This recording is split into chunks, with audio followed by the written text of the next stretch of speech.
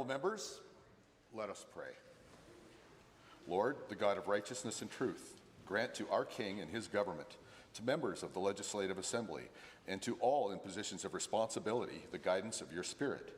May they never lead the province wrongly through love of power, desire to please, or unworthy ideals, but laying aside all private interests and prejudices, keep in mind their responsibility to seek to improve the condition of all. Amen. Honourable members, as is our custom, we pay tribute to members and former members of this Assembly who have passed away since we last met. Alex McEachran was elected as the new Alberta New Democratic Party member for Edmonton Kingsway in 1986, serving 2 terms until 1993. He was Chief Opposition Whip for 4 years from 1989 to 1993. Born in the Peace River District, Mr. McEachran grew up helping on the family farm. He worked in various trades before earning a Bachelor of Education in 1965 and a Bachelor of Arts in Mathematics in 1972, both from the University of Alberta. His teaching career took him to England and Australia, and he spent 14 years teaching in Edmonton prior to his election. A longtime member of the Alberta New Democratic Party, Mr. McEachran served as provincial party treasurer from 1976 to 1983 and chaired the party's Education Policy Committee. He ran for office with a simple message: we must plan carefully if the future is to fulfill its promise. After his legislative service, he remained actively involved in public service and political life, earning such honours as the Alberta Centennial Medal in 2005 and the Queen Elizabeth II Platinum Jubilee Medal in 2022. Alex McEachran passed away in August of 2025 at the age of 85. In a moment of silent prayer, I ask you to remember Alex McEachran as you may have known him.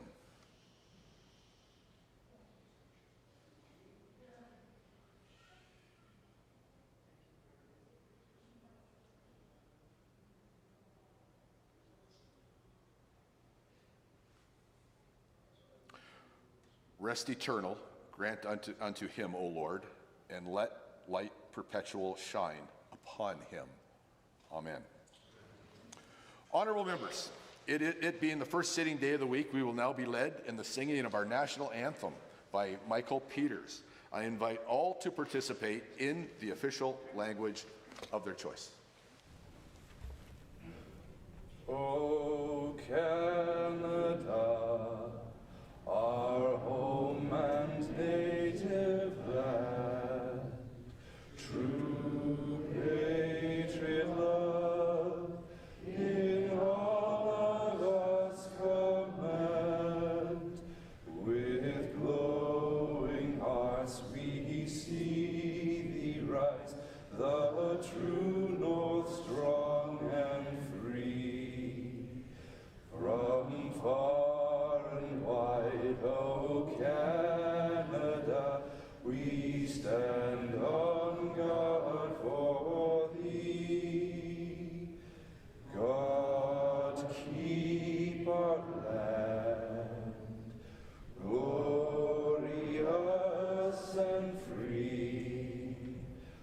O Canada, we stand on guard for thee.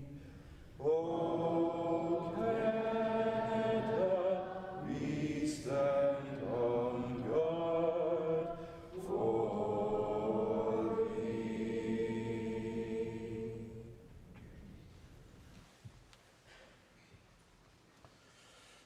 The Legislative Assembly is grateful to be situated on Treaty Number 6 territory. This land has been the traditional region of the Métis people of Alberta, the Inuit, and ancestral territory of the Cree, Dene, Blackfoot, Saulteaux, Iroquois, and Dakota Sioux people. The recognition of our history on this land is an act of reconciliation, and we honor those who walk with us. We also acknowledge that the province of Alberta also exists within Treaties 4, number 4, number 7, number 8, and number 10 territories, and the Métis Nation of Alberta. Please be seated.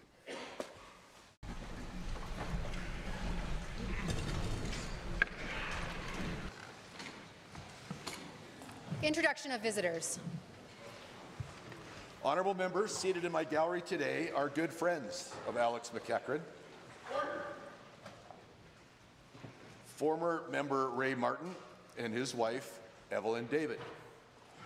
Ray Martin was a prominent Alberta politician who led the Alberta New Democratic Party from 1984 to 1994 and served as leader of the official opposition from 1984 to 1993. He represented Edmonton Norwood and later Edmonton Beverly Clairview as an MLA, and he also served as an Edmonton Public School Board trustee. I ask that they both please rise and receive the warm welcome of the Assembly.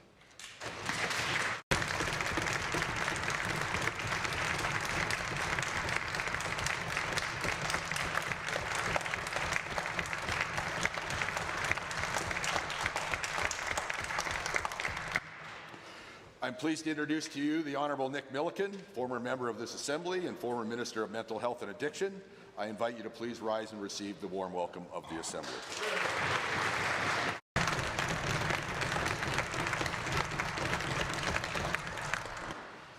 Guests. Michael Peters joined the LAO's Visitor Service in 2022, standing as a tour guide and now serving as a public services assistant. He credits his musical talent to his grandmother, who taught him piano in grade 3, and has since performed in various choirs and bands, including the University of Saskatchewan's Wind Orchestra. Michael, please rise and receive the thanks of the Assembly.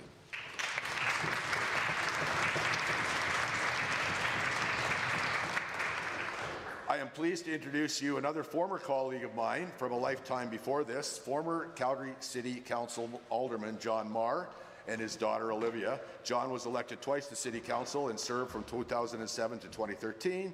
I invite you both to please rise and receive the warm welcome of the Assembly.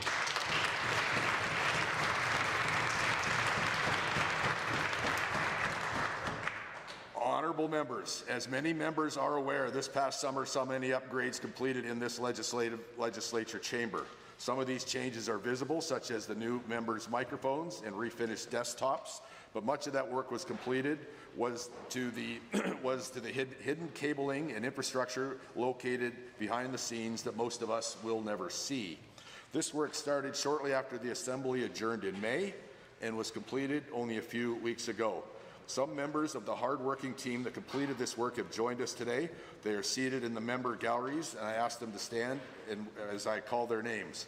Rolly Parody from Showtech, Stan Koenig from Showtech, Nathan Parody from Showtech, Amanda Robinson from Showtech, Chris Hicks from Showtech, Daniel Prasad from VW Mason, Cole Hoff from Sapphire Integration, Brandon Urbacher, Sapphire Integration, Val Rutherford from the LAO, and Ian Trace from the LAO. Thank you.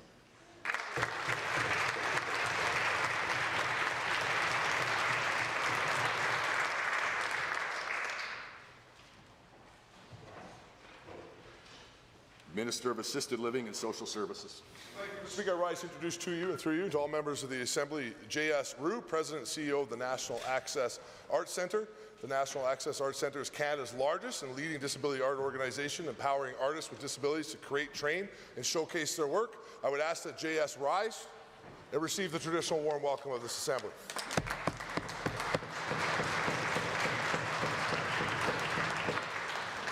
Member from Edmonton City Centre. Thank you, Mr. Speaker. I appreciate the opportunity to rise today and introduce 3 teachers who are here visiting for today's Assembly: David Bellinger, Jacob Fencott, and Bailey Tricoli Hughes. I ask that they rise and receive the very warm welcome of this Assembly.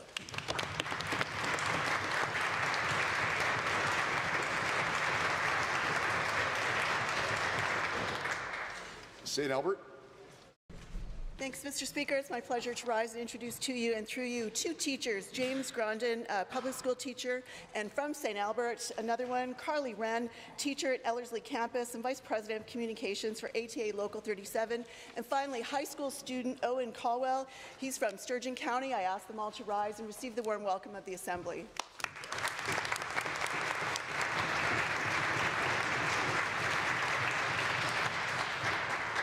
Edmonton Northwest.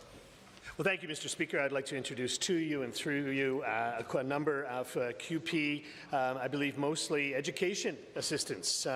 Lily Zhang, Wendy Herman, Mandy Lamoureux, Rochelle Morgado, and Chrissy Nicol. They stand here in solidarity with the teachers.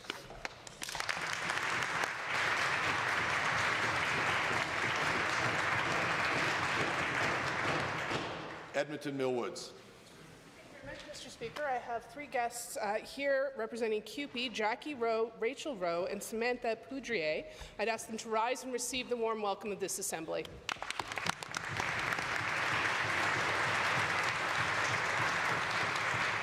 Calgary Buffalo.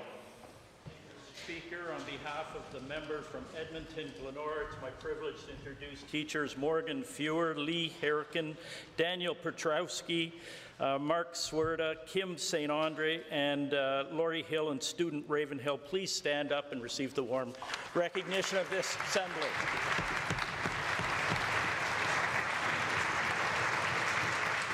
Calgary Klein. Thank you, Mr. Speaker. I'd like to introduce to you and through you 5 individuals who are impacted by everything education. So Hardeep, Dejavon, Cameron Zaremba, all teachers, Brandy, a parent, Kevin, and if you could all please rise and receive the warm welcome of this House.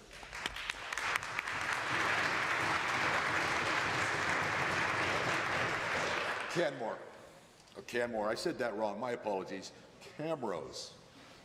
Thank you, Mr. Speaker. It's my privilege to introduce to you and through you 4 teachers from my Camrose constituency, Chelsea, Kelsey, Kyle, and Catherine. Would you please rise and receive the warm welcome of the Chamber? Alberta remains committed to recognizing the work teachers do to support the growth and education of our youth.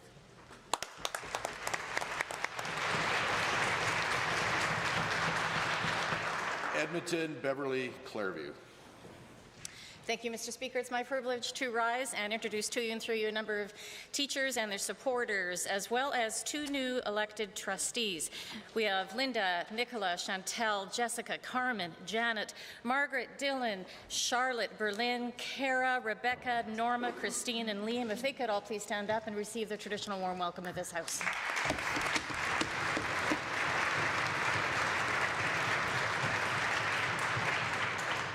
Calgary, Acadia.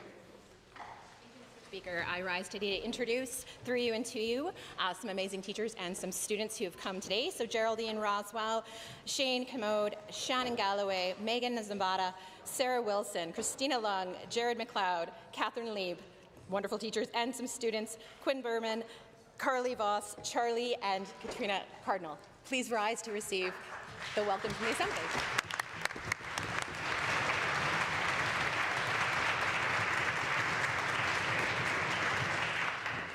Edmonton, Highlands, Norwood. I'm honored to introduce some incredible teachers today. 4 teachers from Highland School, Erin Longauger, Fiona Burns, Stephanie Johnson, and Meryl Roberts. Teachers from Belvedere Elementary, Michelle Fassett and Kim Vickruck. Shannon Dunsmuir with Black Gold and Leduc, and Jody Hancock-Connor from Cole Westlock Elementary. Please rise and receive the traditional warm welcome of this House, and we stand with teachers.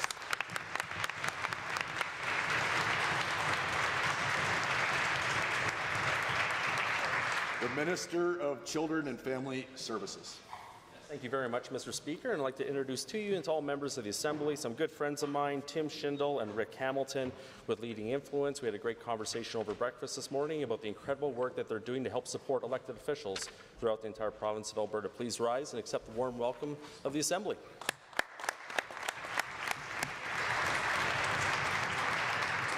Edmonton, Decor.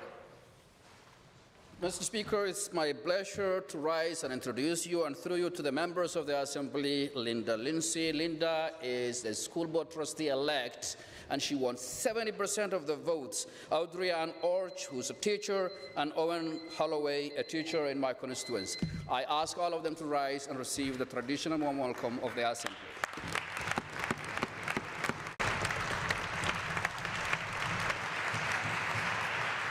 Ministerial statements. Member statements. The honourable member who's up here. Okay. Oh, Wahi. Mr. Speaker, this province has been built by oil and gas.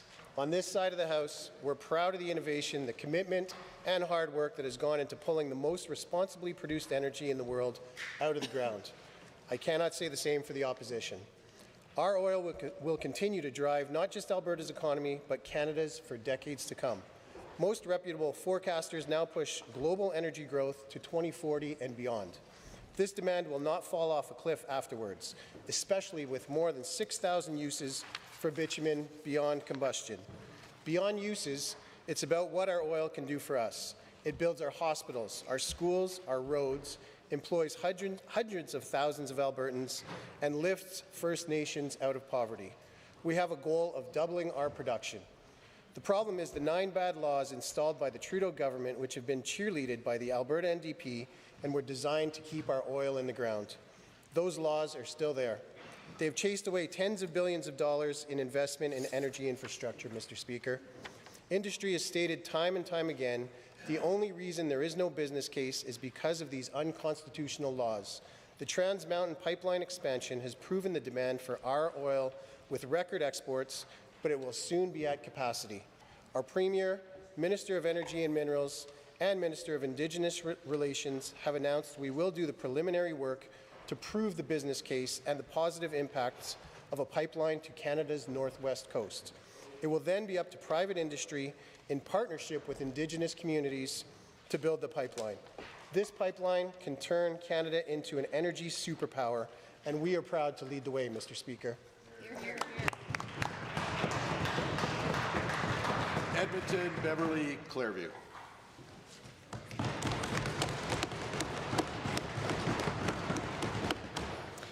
Mr. Speaker, many folks know that I'm a teacher. So was my mom, grandmother, and great-grandfather.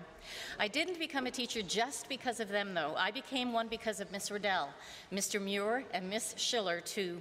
Teaching is an act of hope. Every September, teachers open their doors and see the promise of public education, what it can mean for students, families, and our future, with nothing more than a raised eyebrow and a teacher voice. Rooms full of kids are quiet.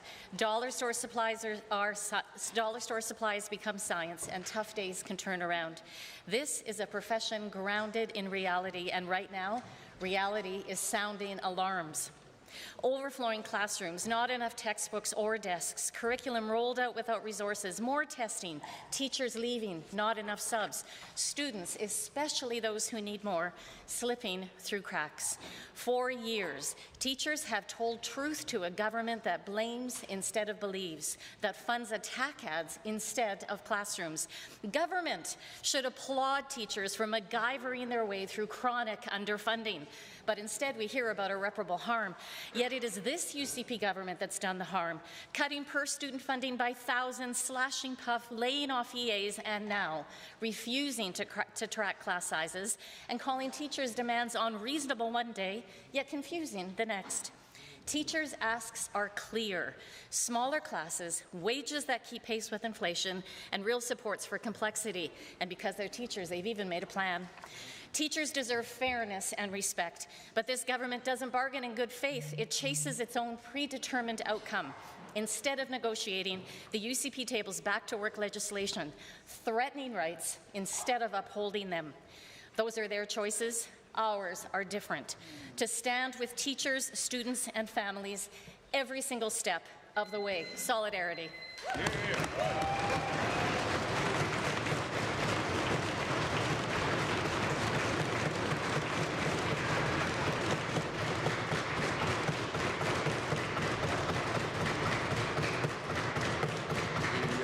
The honourable member from Fort Saskatchewan, Vegreville.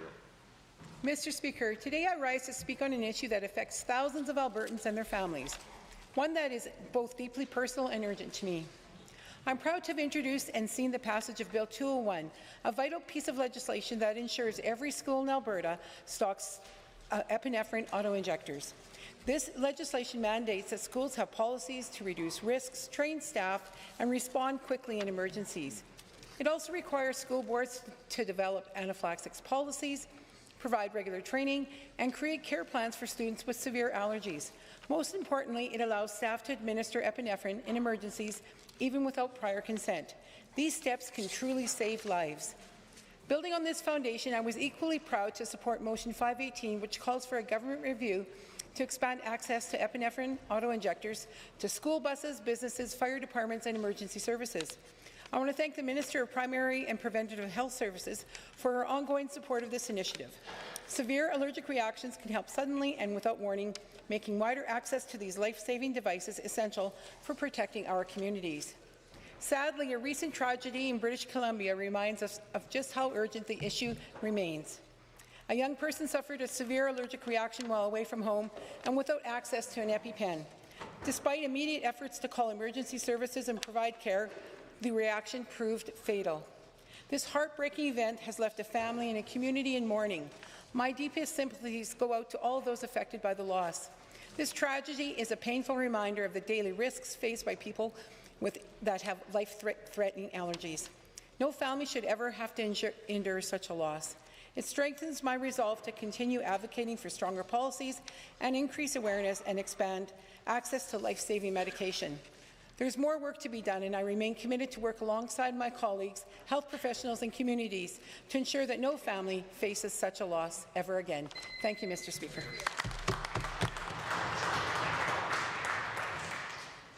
Honourable members, it is time for oral question period. And the first question goes to the Leader. The first question they've ever asked in this House goes to the Leader of the Official Opposition.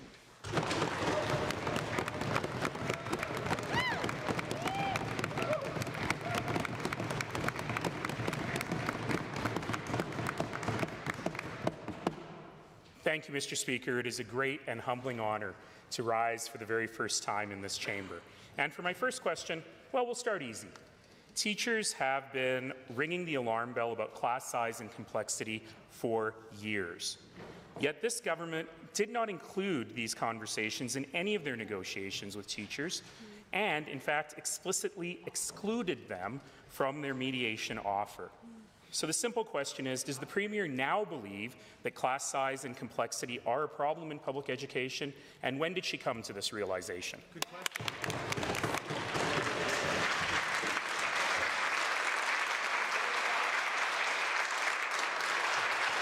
Order. The Honourable Premier. Thank you, Mr. Speaker. It's nice to see the opposition leader. I'm sure when we were both 20 years old, we never expected to be standing across from each other when we shared a class that was moderated by Peter Lougheed. Yes, Mr. Speaker, we know that class sizes are a problem. That's why today that we have announced that we are going to be establishing a complexity and class size task force with members of trustees, superintendents, also teachers, education assistants, and others who can help us go through and find the classes that are oversized and overly complex so that we can develop targeted solutions in order to be able to address it. The Leader of the Official Opposition.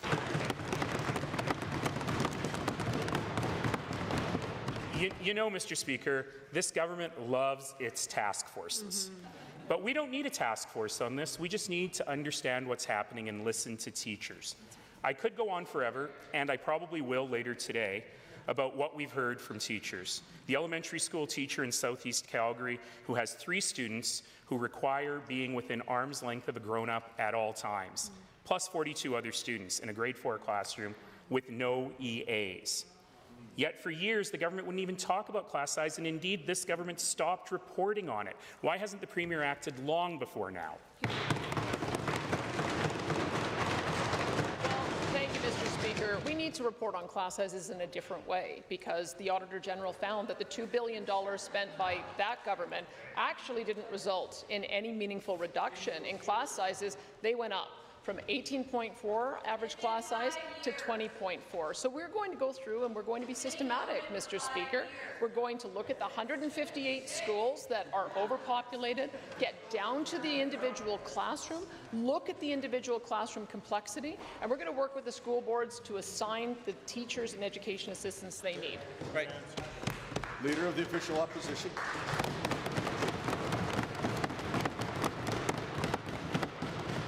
Well, the new way of reporting on class size is pretty easy. I'll save you the task force. Report on class size. That's right. And don't hide the information.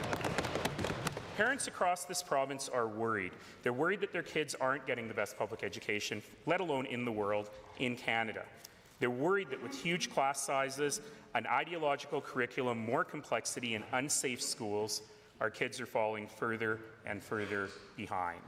So rather than pretend this is a new issue, we need to act. Why has the Premier abandoned Peter Lougheed's dream of Alberta having the best public education system in the world?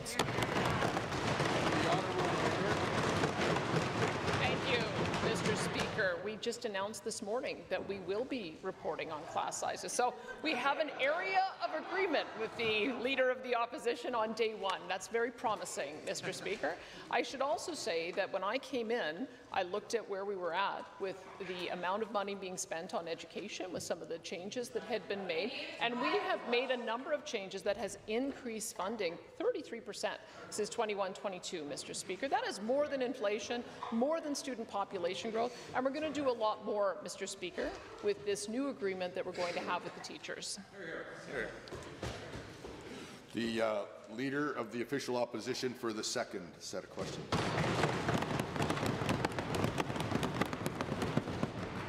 Thanks, Mr. Speaker. You know, I've just been thinking, you and I have known one another for some 2 decades, and I'm not sure we would have imagined this either. Honourable member, you're new here. One should never bring the Speaker into debate. Even in the friendliest kind of sort of way, okay? But please start again. Thanks very much, Mr. Speaker. I'm really thrilled to hear from the Premier, this is a new thing, that she is actually committed to fixing some of her government's own mistakes. Now, I just want to read the Premier a simple quote here. And the quote is, "We need to phase out every government-run, union-controlled public school," unquote. It's a pretty shocking thing for anyone to say, and I'm curious if the Premier agrees with that quotation. Thank you, Mr. Speaker. If we're sharing quotes, I guess I can quote from the letter from the honourable member to Honourable Jason Copping when he was Minister of Labour and Immigration. And one of the things he announced is, although this would be an extraordinary measure, Council believes that targeted and time-limited action on the issue of freezing wages and opening up and violating collective bargaining is in the interests of the City of Calgary. So, Mr. Speaker, I would say that we don't support that kind of union-busting language. The Honourable Leader of the Official Opposition.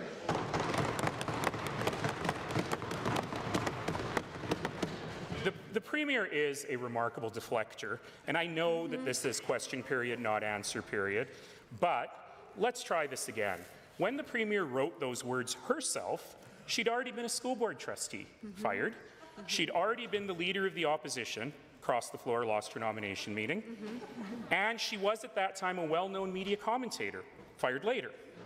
She wasn't naive. She wasn't new to this. She wrote those words just a couple years before she jumped back into politics. Does she still believe that public education should be defunded and destroyed? Yeah. Thank you, Mr. Speaker. 93% of all parents choose to send their kids to a local public or Catholic or Francophone school. We, unlike the member opposite, actually support all education choices.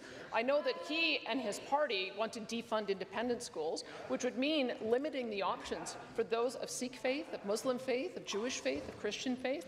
We also have a number of schools that support kids with special need, like Renfrew Academy. I guess the member opposite would like us to shut down Renfrew Academy as well. That's pretty remarkable, Mr. Speaker. We don't support that. The Leader of the Official Opposition.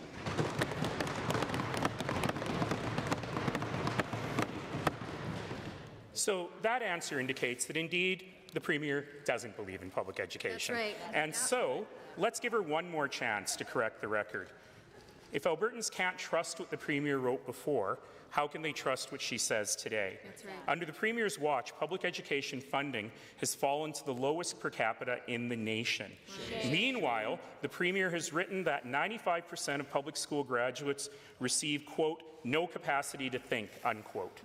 In 2018, Alberta students ranked in the top 5 in the world in reading and science and math before this government. Does the Premier still believe this? Mr. Speaker, I imagine we're going to play this parlor game of me quoting the member opposite and him quoting me, because he also has a very long history in public life and probably some things that he wouldn't defend now that he's got a new party banner of orange rather than purple that he's been running under over the last number of years. Mr. Speaker, this government stands on its action. $8.6 billion for new school construction, 130 new schools by 2030. We are going to be giving up to 17% pay increase to teachers, 3,000 new teachers, 3,000 new education assistants. That's the record of this government, Mr. Speaker. The Leader of the Official Opposition for the third Senate.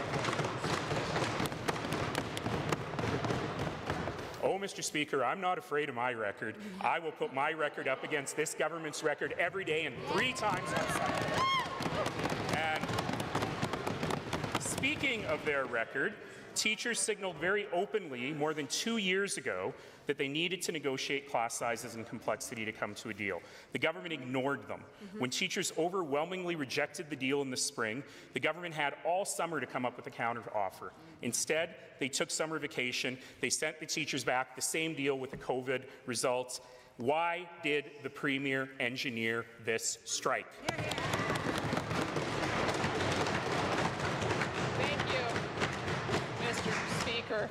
Shame about that burst water pipe in Calgary that was ignored for years under the members opposite leadership when it could have been addressed.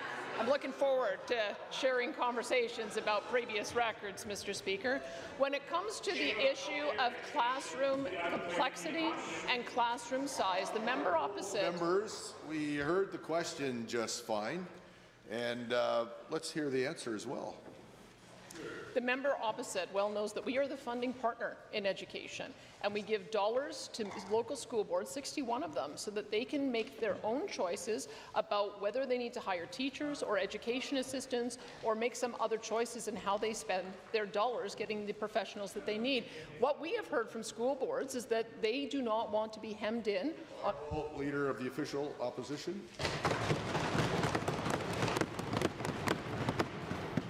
The Premier will go on and on about things that happened long after I was mayor, things that happened before I was mayor, but in reality, she needs to defend her own record and apologize for her own mistakes. And one of those mistakes was on this deal. Everything we're about to go through today was completely avoidable. The government has 2 years to make a reasonable offer to teachers. Instead, they made the same offer, threw in a free COVID shot, and honestly, what did they think was going to happen? It's very clear they engineered this strike, so why did the Premier want the teachers to go on? Thank you, Mr. Speaker. The member has it exactly opposite. The ATA leadership, we came to an agreement at the table. They took it to their members. They came to an agreement a second time with enhancements to it, a $300 million enhancement to hire 3,000 more teachers, hire 1,500 more education assistants. They were the ones who threw in the COVID shot, and we happily agreed to that. If that's not what teachers wanted, that's on the ATA leadership. What we have been asking from the beginning is for the ATA leadership to tell us what it is the teachers want and come to the table in good faith, and we had hoped that that would happen through mediation. It didn't, Mr. Speaker. The Leader of His Majesty's Loyal Opposition.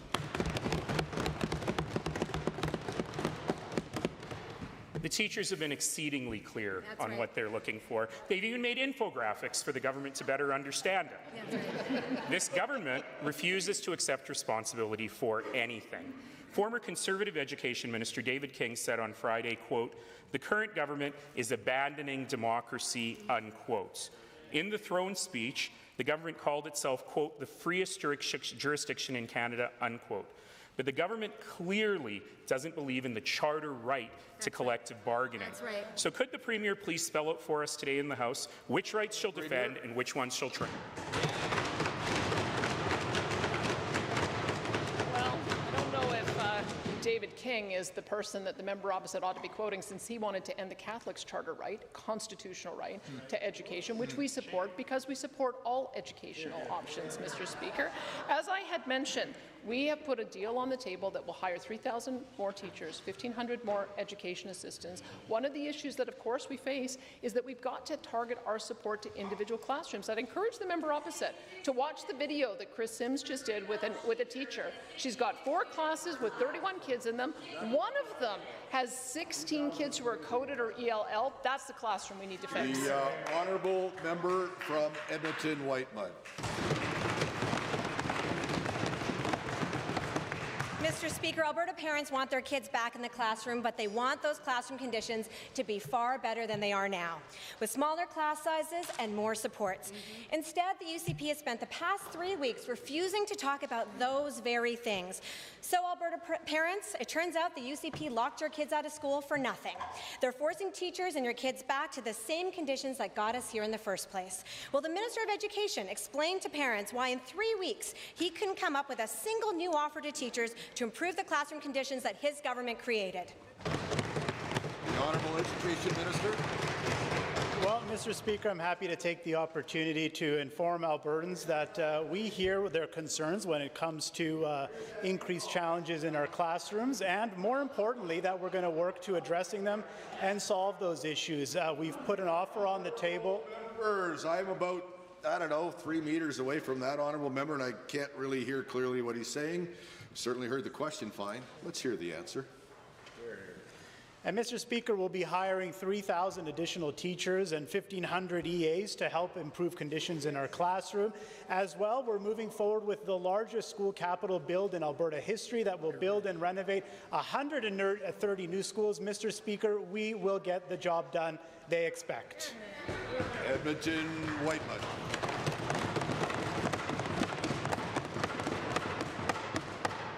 Well, Mr. Speaker, you can forgive Albertans for not believing a word that comes out of the mouths of the most untrustworthy government in Alberta's history. The stories are everywhere. Over 40 students in junior high and high school classes, 34 kids in kindergarten and grade 1 classes, 88 elementary students with support needs sharing 6 EAs, kids learning in the hallways or without desks.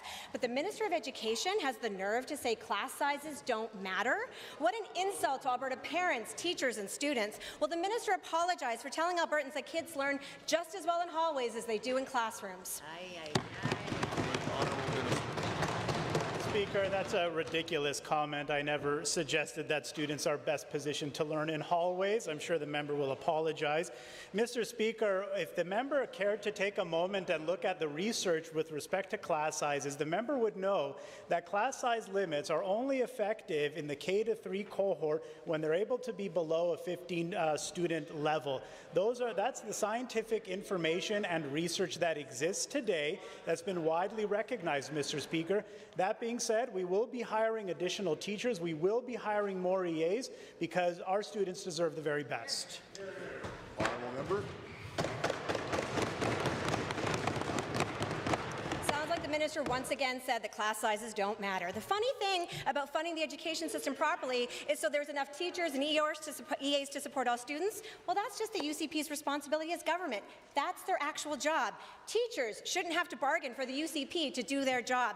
Parents shouldn't have to rally on the steps of the legislature to get the UCP to do their job. Students shouldn't have to miss school or be threatened by the Premier's staff to get the UCP to do their job. So will the Minister of Education admit that the reason his own constituents want to recall him from the legislature is because he and his colleagues are not doing their jobs?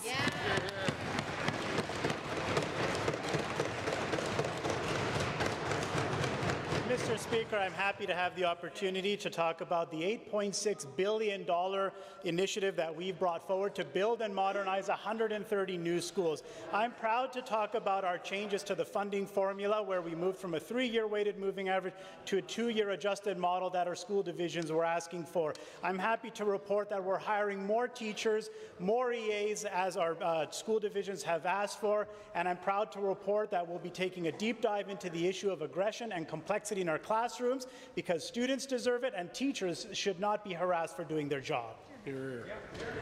Honourable members, we haven't been here for a little while. Just a really quick reminder, we're past question 4, no preamble on the supplementary questions from now on.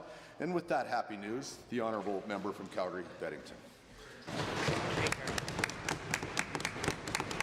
This government prides itself on choosing to spend below population growth and inflation. When it comes to education, the result of that choice is the lowest funding per student in the country, overcrowded classrooms, and a lack of support for complex learners. The latest offer to teachers includes a hiring rate more focused on keeping costs down than easing pressures in our classroom. To the Minister, why did the UCP government go into negotiations with a predetermined position and zero intention to bargain in good faith with teachers? The Honourable Finance Minister and President of Treasury Board. Thank you, Mr. Speaker, and thank you for the question. I think any time that you're bargaining in the position of the government of Alberta, you not only want to bargain in good faith, but you want fair deals, reasonable deals. I don't think anybody in this chamber wants to see the good people of Alberta's public service in any way get an unfair deal. We don't want labor issues. We don't want retention, recruitment issues. We know that there's a certain level of pay that is required. We know where we compete for that labor. Look at the Ontario West average, and this is what we try to do, come to a reasonable place. The honourable member from Calgary-Beddington. Given that in the most recent budget, the Minister of Education promised funding to hire 4,000 teachers, education assistants, and support staff over 3 years, given that in the most recent round of negotiation with teachers, it's almost the exact same number as what was tabled in the budget, to the Minister, since the offer to teachers is strikingly similar to what was already suggested in the budget, why has this government never been interested in bargaining in good faith with teachers? The Honourable Finance Minister. Thank you, Mr. Speaker. As I said before, we want to bargain in good faith with everybody. But I am glad that member brought forward some of the great things that were in Budget 25. Even under extreme fiscal pressure and challenge for the province, a lot of dedicated scarce resources were put towards education even then. 4.4% population growth is a challenge for the province across the entire landscape. Healthcare, our social safety net, and education, knowing all that, much of that went into education, and now we're promising more. From Calgary-Beddington. Given that when it comes to those education assistants, the minister's offer works out to 0.7 of an EA per school, which will need to be divided among a dozen or more classrooms, given that works out to about 20 minutes of support per classroom per day, to the Minister of Education, is 20 minutes of an EA's time really the government's best suggestion to address classroom complexity, or is this just another sign that the UCP never intended to bargain in good faith with teachers? Minister of Education. Mr. Speaker, of course, the member opposite is making some really general and wild assumptions about how the government would allocate teachers, how the government would allocate EAs.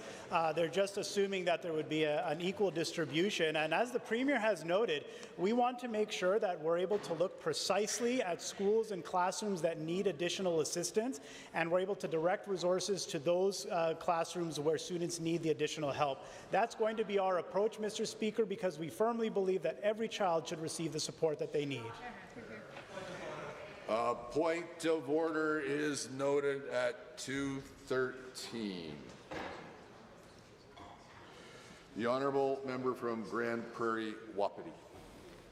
Mr. Speaker, there's never been a bigger need for our ethically produced oil. We have $9 trillion worth under our feet, and even Justin Trudeau once admitted that we would be stupid to leave it untouched. Then he put up a fortress of bad laws to keep it in the ground. However, Canadians from coast to coast to coast are on board with building a pipeline to Canada's northwest coast. To the Minister of Energy and Minerals, what are we doing to get this done? Good question. The Honourable Energy Minister. Yes, Mr. Speaker, thank you very much. It's an exciting time indeed. The need for a new pipeline to Canada's northwest coast has never been bigger, and the challenges have never been higher. But we're going to get it done, Mr. Speaker. We're acting as a proponent to develop and submit a formal application for a project of national significance to the Federal Major Projects Office. This is going to be a world-class pipeline, Mr. Speaker, to the coast that will turn us into a superpower. There's no question that private industry will sit down with our Indigenous friends right across the country and the two provinces, Mr. Speaker, and get this done. Hear, hear. Grant Prairie Wapiti. Thank you, Mr. Speaker. Indigenous peoples have previously been left out of important discussions, given their concerns about water and traditional ways of life have often been unaddressed. For the benefit of all members of this House, can the Minister of Indigenous Relations please explain what steps are being taken to ensure their voices are being included, represented in conversations regarding the potential Northwest Coast Pipeline? The Minister of Indigenous Relations. And thank you, Mr. Speaker. I recently attended the Nation to Nation Forum in Kitimat, BC, where I had the privilege of meeting leaders from multiple communities and beginning what I hope will be lasting relationships.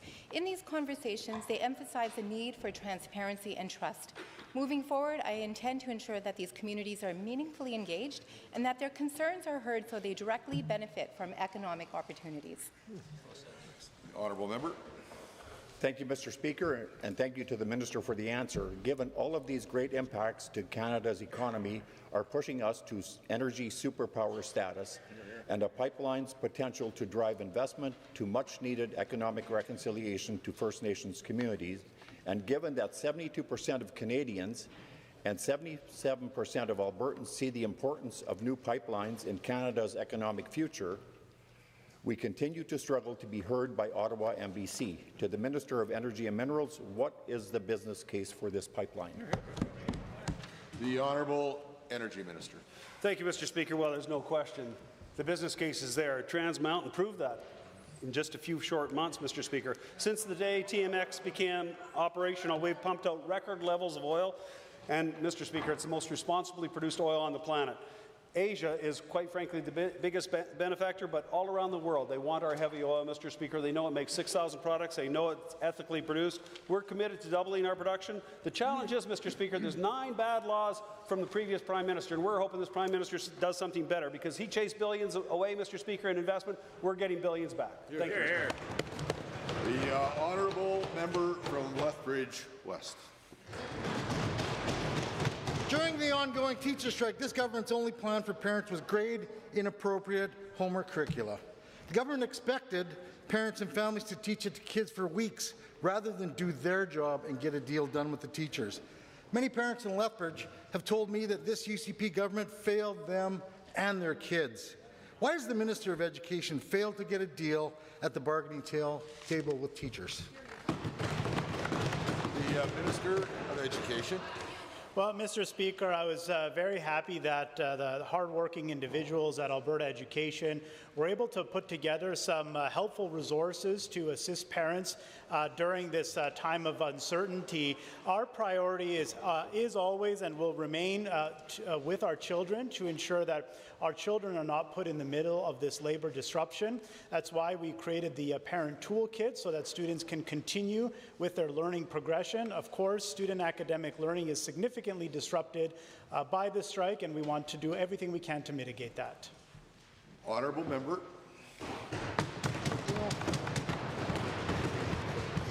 Given that this government has all but admitted this entire strategy was pre-planned, and given that this government relentlessly attacked teachers in expensive ads, and just as the minister just said, they tasked their staff to build this curriculum, will the minister tell Albertans how much this government spent developing this homework curricula? And will he admit that this waste of money would have been way better spent invested in public education? Minister. Well, Mr. Speaker, I'm very disappointed to hear that the NDP believes that supporting students' academic progression is a waste of money. Students are, and they laugh about it, Mr. Speaker. On this side, we don't laugh about it, Mr. Speaker. Our students deserve better, Mr. Speaker. They deserve to be in the classroom. They deserve to be moving forward with their learning, to be with their friends, and not being in the middle of this labor dispute, Mr. Speaker. That's why our government is bringing forward the Back to School Act, so that our students can continue their learning and their support, Mr. Speaker. Order! Order! The honourable member from Lethbridge West is the only one we want to hear from right now. Given that the UCP ran attack ads, blamed teachers, never took accountability for their failures in public education, given that parents feel abandoned by this government and are suffering from strain and financial loss due to this strike, and given that voters in Calgary-Bow filed a recall petition against the minister, something he himself once championed as totally fair, will the minister admit he's abandoned parents, students, and teachers and failed to do his job? The Honourable Minister. Well, which one is it, Mr. Speaker? They don't want children to receive support through the toolkit, and then they complain that we've provided it. Mr. Speaker, it can't be both ways.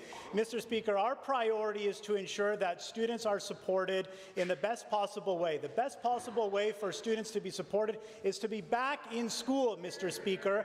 They need to be back in school with their friends, with their teachers, learning, improving their social development, improving their mental health capabilities.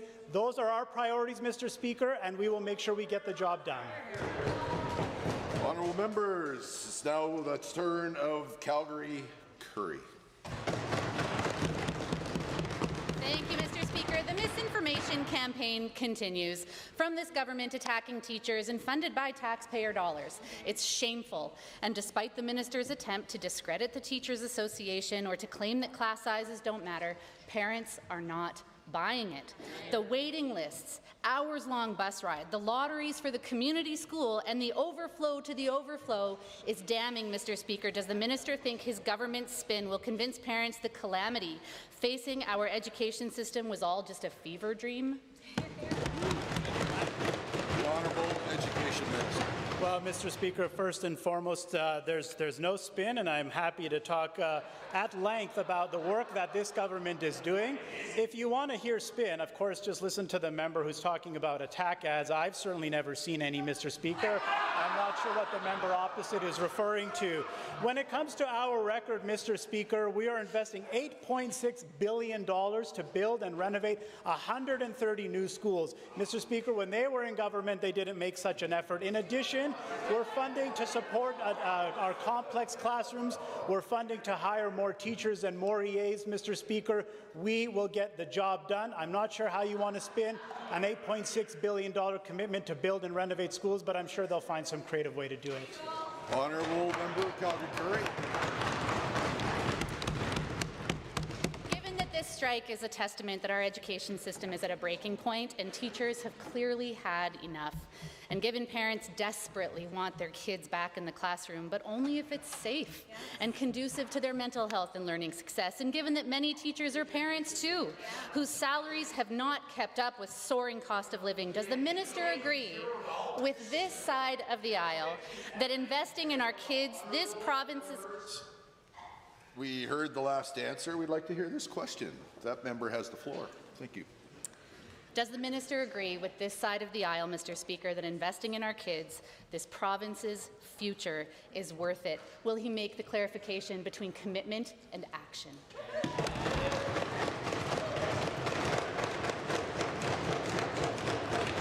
Absolutely, Mr. Speaker. We will invest $8.6 billion to build and renovate 130 new schools. We will invest more to hire more teachers, Mr. Speaker. We will invest more to hire more EAs. We will invest more, Mr. Speaker, to improve classroom complexity. We will invest more to support First Nations, Métis and Inuit students. We'll invest more to support refugee students. We'll invest more to support students with English as an additional language. I hear the member saying when. Mr. Speaker, we already did so much of that in Budget 25, but there is more and more to come, Mr. Speaker. Calgary Curry.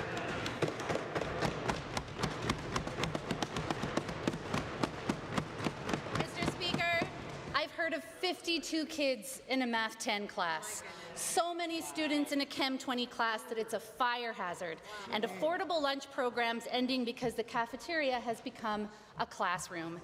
And given that this is not what parents expect for their kids, especially not in this province, one that is so blessed with the abundant natural resources and prosperity and opportunity that we offer to all residents. My question to the minister is simple. How did the UCP government let it get so bad? Great question. The Honourable Education Minister. Well, Mr. Speaker, as we know, when the members were in office, they drove people out of the province. They scared Albertans away. In fact, they even told them to go find work in other provinces. That's the record of the NDP.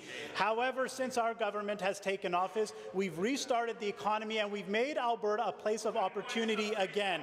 In fact, Mr. Speaker, in just the last 4 years, the student population has increased by 91,000 students. These are unprecedented levels, Mr. Speaker. We recognize that, and we're taking the steps necessary to ensure every student receives a world-class education. We're not doing bad, but let's respect whoever's speaking at the time, please. Fort McMurray, Wood Buffalo. Thank you, Mr. Speaker. Canada has an infrastructure problem. Across the nation, infrastructure like overpasses and water systems are becoming increasing concerns. The systems are aging and becoming susceptible to failure. The Bears Paw South Feeder Main in Calgary was over 50 years old and built under less stringent conditions when it collapsed. Many rural towns are looking at these types of investments that they just cannot afford. Panoka is anticipating $40 million just to rejuvenate sewage. Sundre is looking at $28 million for infrastructure projections. To the Minister of Municipal Affairs, how will our government address these issues of increasing costs of maintaining Honourable Minister of Municipal Affairs. Well, thank you, Mr. Speaker, and thank you to the member for his question. And first of all, I want to thank every single councillor that got elected, mayor and Reeve for putting the name forward, and all those who ran who didn't. It's an important part of community building in the recent election that we saw last Monday. Now, to the member's question, of course, we want to work with our municipal partners, whether it be RMA, AB Munis, mid-sized towns and mid-sized villages, mid-sized cities. These are all important bodies that we plan to work with.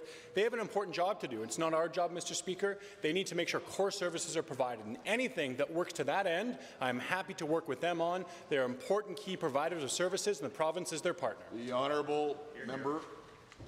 Mr. Speaker, and to the Minister. Given that many towns are surrounded by counties that are fiscally sound, with tax bases supported by industries like agriculture and energy, and given that counties are not financially supporting towns, despite the services and other benefits townships provide to surrounding counties. To the same minister, there are specialized municipalities, most recently Lac La Biche, that enjoy their amalgamation and appear to be more stable now. Is this something that this government would support? The Honourable Minister. Mr. Speaker, members opposite might not appreciate how important this question is for sustainable municipalities in rural Alberta, but it's a key question for us. And I'm open to any policy solution, whether it be new forms of finding infrastructure revenue from the feds or from private equity, or talking about any way we make ourselves more viable, like we've seen in Lac La Biche, Strathcona County, of course, Wood Buffalo as well, the member knows well. I'm open to anything that makes sure that we have sustainable municipalities for another century to come, because these municipalities are the economic beating heart of our province across rural Alberta, and their sustainability is Alberta's growth. The Honourable Member from Fort McMurray, Wood Buffalo. Thank you, Mr. Speaker. Given that I believe in lean and efficient government that allocates spending towards frontline services that Albertans need, and given that municipalities are an extension of our provincial jurisdiction, and recognizing that specialized municipalities like Wood Buffalo demonstrate the efficiency of regional governments. Again, to the Minister of Municipal Affairs, if regional governments lead to smaller government, less administration, and more funds for frontline services and infrastructure, why doesn't the government simply legislate these regional governments? Good question. Minister.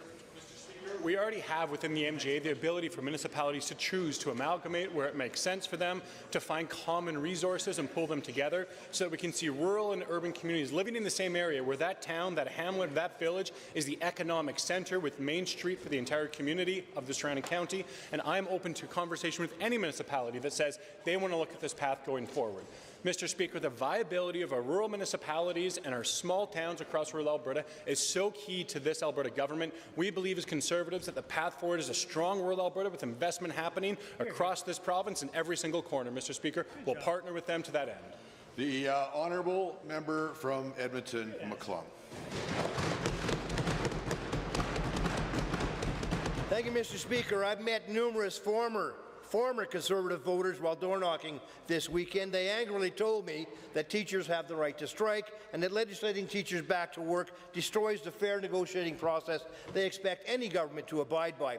They also confirmed they will be voting NDP in the next election, which begs the question, Mr. Speaker, why is this government willing to abandon their own supporters instead of recognizing that all Albertans believe governments must treat teachers with the respect they deserve? The Honourable Education Minister. Mr. Speaker, I'm not sure why the members opposite are cheering about a situation where our students have been out of school for 3 weeks, learning, losing out on their academics, losing out on their social connections, and weakening their mental health. Mr. Speaker, that's not a situation to be cheering about. This is a serious situation, and our government puts children first and will prioritize their best interests, which is precisely why we brought forward Bill 2, the Back to School Act, to make sure students are where they belong. Honourable member. Mr. Speaker, given that on October 24th, the Teachers HEA President Jason Schilling said, quote, "Teachers have bargained in good faith, bringing forward thoughtful, practical proposals to address the serious issues facing Alberta's classrooms. And given that every teacher wants this government to address class size and complexity and want to reach an agreement through the collective bargaining process, to the Minister, why has this government shut down negotiations and refused to address complexity, class size, and the severe underfunding of public education?" Mr. Speaker, we take concerns about classroom size very seriously. As I mentioned a moment ago, in the past 4 years alone, we've seen a student population increase of 91,000. A lot of that happened in 2023 and afterwards. Mr. Speaker, there's no question that that's an unprecedented growth in the number of students, and that's why we're taking action, Mr. Speaker. As I've mentioned time and time again, we're working to build and modernize 130 new schools to make sure that these students have the spaces that they need, as well provide additional funding and supports, Mr. Speaker. Honourable member for Edmonton, McClung. Mr. Speaker, given that I have had teachers in tears in my office, frustrated with this government's refusal to address classroom conditions, which have deteriorated, and people are questioning the quality of Alberta's public education system, and given that not one teacher I've met with has focused their attention on their paycheck, but rather on the classroom conditions that they wish to improve, and given that Albertans used to boast about having the best education system in the world, why has this UCP government been intent on wrecking Alberta's world-class public education system? The Honourable Minister. Mr. Speaker, just rhetoric, of course, that we hear from the NDP, which is unfortunate. We have 91,000 students that have joined our education system over the past 4 years, including a 34% increase in the number of refugee students, including a significant increase in the number of students with English as an additional language. Mr. Speaker, in Budget 23, we created for the first time ever the Classroom Complexity Grant because we recognize these challenges and we wanted to give school boards dedicated funding so that they could meet the needs of students. We've increased that funding in this budget alone by over 20% and will continue to do more. Thank you. The Honourable Member for Cypress Medicine Hat. Thank you, Mr. Speaker. The brave men and women who wear Canada's uniform in service to our country deserve more than just gratitude. They deserve security, dignity, and respect. However, many veterans face homelessness when they return to civilian life. Can the Minister of Assisted Living and Social Services please outline tools currently available to support homeless veterans and explain how the navigation centres are helping connect these individuals with housing, mental health services, and social programs? The Honourable Minister. Well, thank you, Mr. Speaker. As part of our $9 billion investment that we're making in housing right now, we've carved out certain line items specifically for veterans and those who have served us, Mr. Speaker, largely because of the honourable member's advocacy. We've also made sure at the Navigation Centre, which has helped 15,000 individuals receive 85,000 different services, something the NDP tried to block, forcing them into encampments instead, Mr. Speaker, to make sure that we target anybody who has been a veteran, to make sure we know who they are when they come into the Navigation Centre, and we connect them fully with the federal government, the provinces, to make sure they get every service that they're entitled to, Mr. Speaker. The honourable member. Thank you, Mr. Speaker, and thank you to the Minister. Given that after their service, some veterans find themselves facing the justice system, and given that their experiences are often shaped by the trauma and sacrifices required in their duty, and they require specialized supports, can the Minister of Public Safety and Emergency Services please explain what is being done to support veterans navigating the justice system and how veterans entering incarceration are made aware of the supports available to them? The Honourable Deputy Premier and Minister of Public Safety. Well, thank you, Mr. Speaker, and thank the member for the question. Of course, coming from a military family myself, I know the challenges and sacrifices members of the Canadian Armed Forces make. The government, of course, has taken many steps to provide veterans and the support that they need who enter into the justice system, working, of course, on a questionnaire for the standardized remand screening checklist. We can better identify veterans. Mr. Speaker, we're already working closely with our friends at the Veterans Food Bank and, of course, connecting them with organizations such as Homes for Heroes and other great organizations. Mr. Speaker, this government does support veterans. Thank you. The member from Medicine Hat, Cypress. Thank you again, Mr. Speaker, and to the Minister. Given that following their service, members of the Canadian Armed Forces may face challenges transferring their unique skills and experiences to the civilian workforce, and given our government is committed to standing behind our veterans just as they have stood for us, can the Minister of Assisted Living and Social Services please share how our government is helping members of the Canadian Armed Forces gain and maintain fulfilling employment once their time in uniform comes to a close? The Honourable Minister. Mr. Speaker, our first government is investing unprecedented $185 million, Mr. Speaker, in the workforce and bringing in programs to help individuals find work in our province, Mr. Speaker. Just recently, because of the honourable member again, tireless advocacy for our veteran community inside Alberta. We just announced $1.2 million to go to Prospect Human Services that helps Special Forces, as well as police departments and others who have been first responders be able to find work as they transition into new work, Mr. Speaker. We continue to invest unprecedentedly in that space, Mr. Speaker, and we're going to keep doing it, Mr. Speaker, because we know how important it is. The point of order was noted at 2:36. The next question belongs to the honourable member from Calgary, Edgemont. As a public education assistant, I've seen just how hard teachers work to give students the best possible chance to thrive. Teachers deserve respect, support, and fair funding, not constant attacks and added burdens. Holly, a teacher from Calgary Edgemont, wrote to me saying, "Teachers have been doing this for years, but as numbers and needs rise, we are standing up to say it isn't sustainable. The human cost is too much. When will the government stop attacking the very people holding our classrooms together?" The Honourable Minister of Education. Mr. Speaker, regretfully, just more rhetoric from the NDP. Our government recognizes that 91,000 students have joined our education system in the last 4 years, many with increasingly complex needs, and we're taking action to address that, Mr. Speaker. In Budget 25, we provided $55 million through the Classroom Complexity Grant to help our school divisions hire the specialized staff that they need to recruit and support our students in the best way. And as well, Mr. Speaker, we're also building additional schools and other supports to make sure our students have everything they need. The honourable member.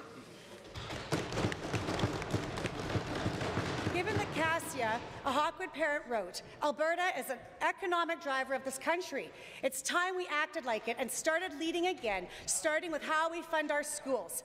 Given that Lisa, a parent in Edgemont, wrote, "Public education is not a luxury. It is the foundation of strong and equitable society. If we fail to fund it properly, we are hurting Alberta's economy and the next generation of leaders."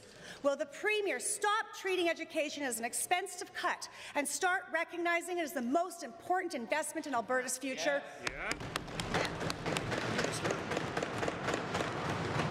Well, first and foremost, Mr. Speaker, I'm glad that the member opposite recognizes that Alberta is an economic driver under their government, though unfortunately that wasn't the case as they drove away billions of dollars of investment and told Albertans to go to BC. Now, I don't know why they would tell anyone to go to BC, Mr. Speaker. Alberta is the best place in the world to be, Mr. Speaker, and that's what our government firmly believes. And we believe in supporting public education as well, Mr. Speaker, which is why we've committed to building and renovating 130 schools.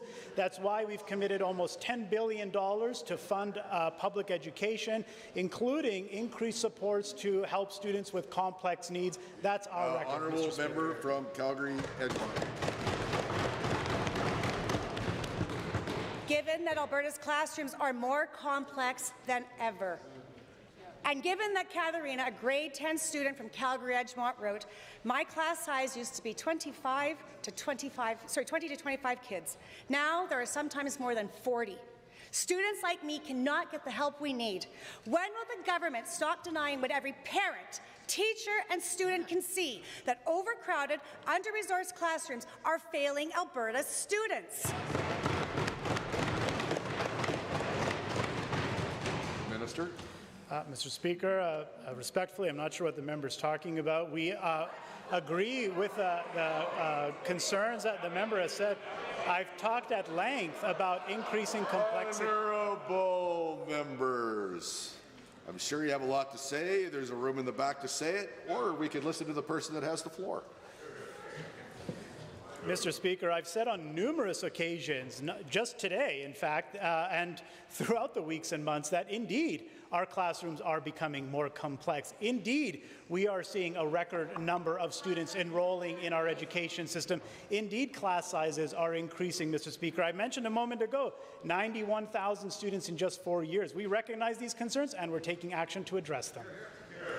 The honourable member from Edmonton, Manning. Thank you, Mr. Speaker. This government loves to tell us how Alberta is the wealthiest province in Canada, and yet nearly 200,000 children live in poverty. This is an increase year over year since this government was elected 6 years ago. Daily life has become so expensive that families are being forced to make impossible decisions about putting food on the table or a roof over their heads. Many are choosing to miss meals altogether. Children are going without food, but there is a solution: breakfast programs in schools. Does the minister agree that at least the government can do this to ensure that every child in every classroom, in every minister. Mr. Speaker, we have a very strong and robust school nutrition program.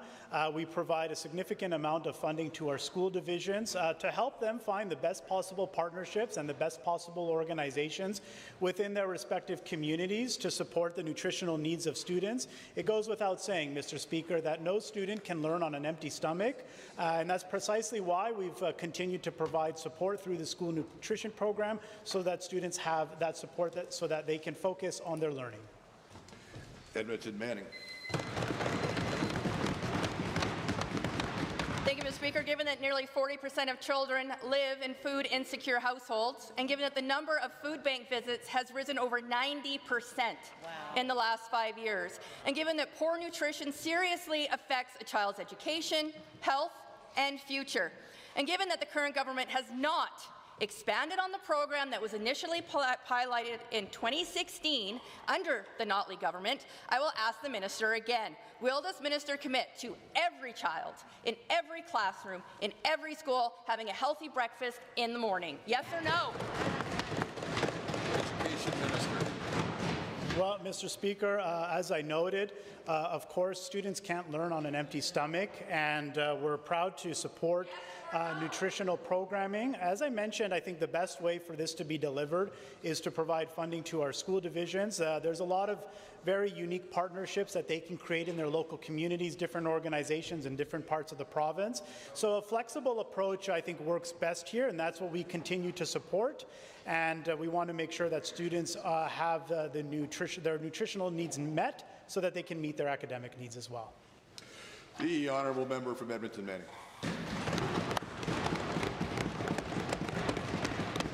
Thank you, Mr. Speaker. Given that this government only provides breakfast to 7% of Alberta students, and given that the federal government is investing $42 million into Alberta for this exact purpose, and given that Alberta has the highest food insecurity in the country, and given that the UCP government is only providing the same amount of funding that was provided under the NDP government, and yet child poverty has increased, can the minister promise today to use 100% of the federal dollars to every child in Alberta schools for the nutrition program that's being transferred? Hear, hear.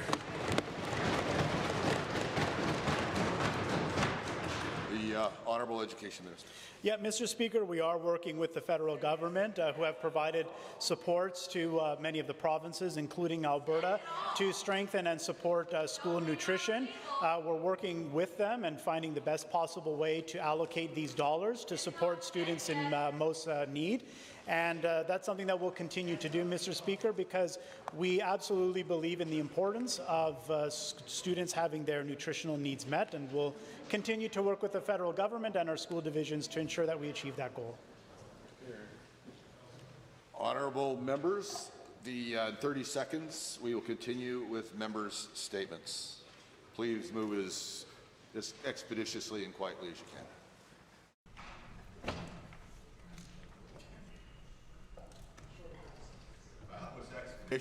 And that was quiet. Honourable Government House Leader. Thank you, Mr. Speaker. I rise pursuant to Standing Order 27 to move that the Assembly proceed immediately to orders of the day. Madam Clerk, is that it's just no.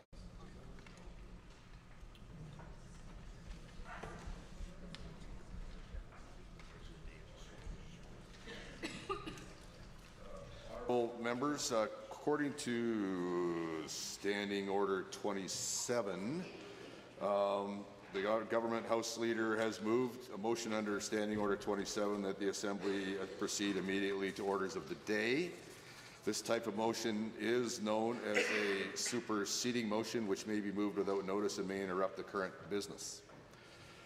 Based on Assembly records, the procedure has been long part of our standing orders and is used to bypass routine proceedings to move directly to orders of the day. While the procedure is not common, it is within our standing orders. Again, standing order number 27, of which you all have a copy.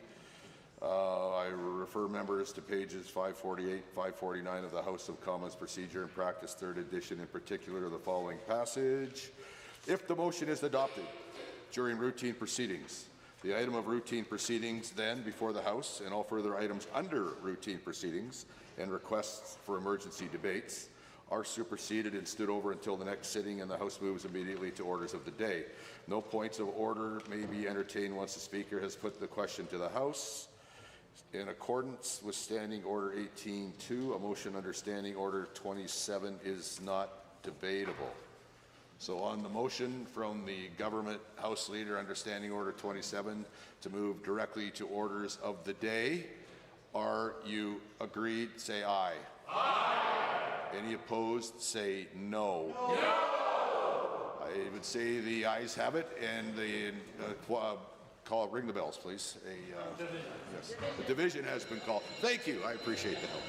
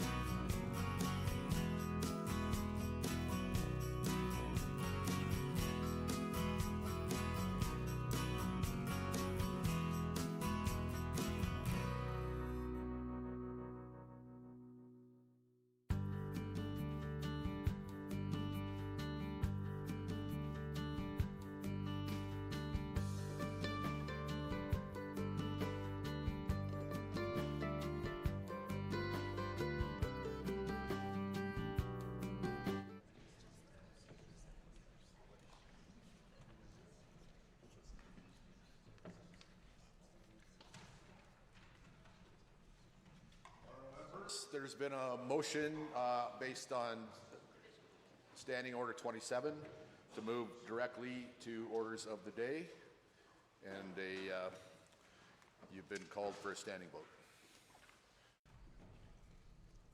In favor, that's that part. Let's remember that part. If in favor, please stand up.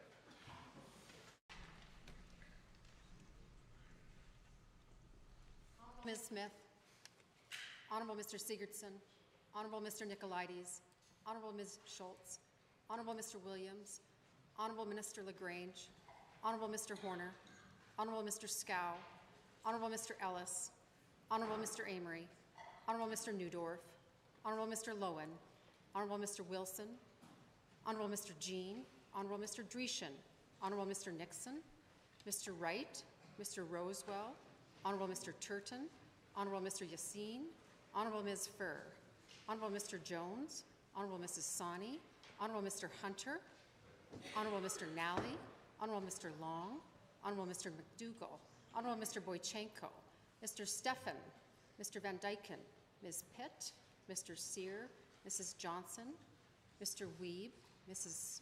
Sawyer, Mr. Getson, Mrs. Petrovic, Mr. Lunty, Mr. Yao, Mr. Wiebe, Honourable Ms. Armstrong-Hominick, Ms. de Jong, Mr. Bouchard, Mr. Singh, Ms. Lovely. Mr. Dick. You said Mr. Wiebe and not Mr. Dick. Yeah. All those opposed to the motion on the floor, please now stand. Mr. Nenshi, Member El Maliki, Ms. Al Junaid, Member Arkan Paul, Honourable Mr. Sabir, Mr. Haji, Honourable Mr. Egan, Honourable Ms. Gray, Ms. Pancholi, Ms. Ellingson, Member Calahoo Stonehouse, Mr. Shepherd, Ms. Sweet, Ms. Wright, Mr. Sinclair, Mr. Guthrie, Member Kayande, Ms. Renault, Ms. Chapman, Member Aramenko, Mr. Kozowski, Honourable Ms. Ganley, Honourable Member Gurinder Bar, Mr. Ip, Member Irwin, Member Batten, Member Tahada, Ms. Hayter, Member Beaupre, Honourable Mr. Schmidt, Mr. Gurtej Brar, Honourable Ms. Sigurdsson, Ms. Goring, Honourable Member Ceci, Mr. Dack, Member Moyashiro, Dr. Metz. Total for the motion 45, total against 37. Honourable members, the motion is carried. We now are at orders of the day. Government motions. Motion number 2, Honourable Mr. Scow. Thank you, Mr. Speaker. I do rise to move Government Motion 2 on the order paper, which reads as follows. Be it resolved that the Legislative Assembly resolve into Committee of the Whole when called to consider certain bills on the order paper. Honourable members, the Government House Leader has moved Government Motion 2. Is there any debate? Honourable Opposition House Leader? May I check if it is a debatable motion, Mr. Speaker? Because It's I would not. love to. It's not, which is why I shouldn't have It's asked not? that question. Okay. Dang it.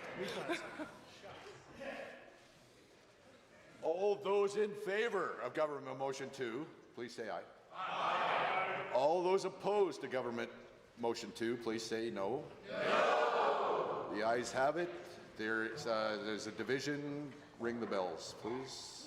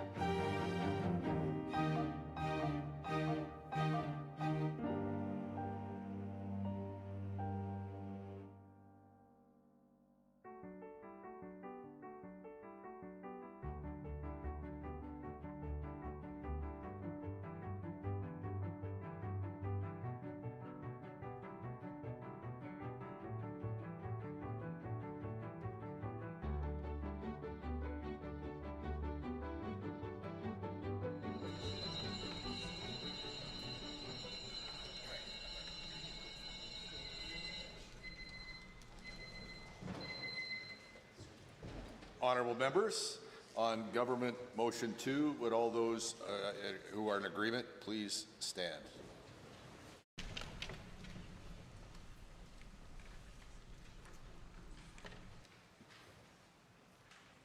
Honourable Mr. Sigurdsson, the Honourable Mr. Nicolaides, the Honourable Ms. Schultz, the Honourable Mr. Williams, the Honourable Minister LaGrange, the Honourable Mr. Horner, the Honourable Mr. Scow, the Honourable Mr. Ellis, the Honourable Mr. Amory, the Honourable Mr. Newdorf, the Honourable Mr. Lowen, the Honourable Mr. Wilson, the Honourable Mr. Jean, the Honourable Mr. Dreesian, the Honourable Mr. Nixon, Mr. Wright, Mr. Rosewell, the Honourable Mr. Turton, the Honourable Mr. Yassine, the Honourable Ms. Furr, the Honourable Mr. Jones, the Honourable Mrs. Sawney, the Honourable Mr. Hunter, the Honourable Mr. Nally, Mr.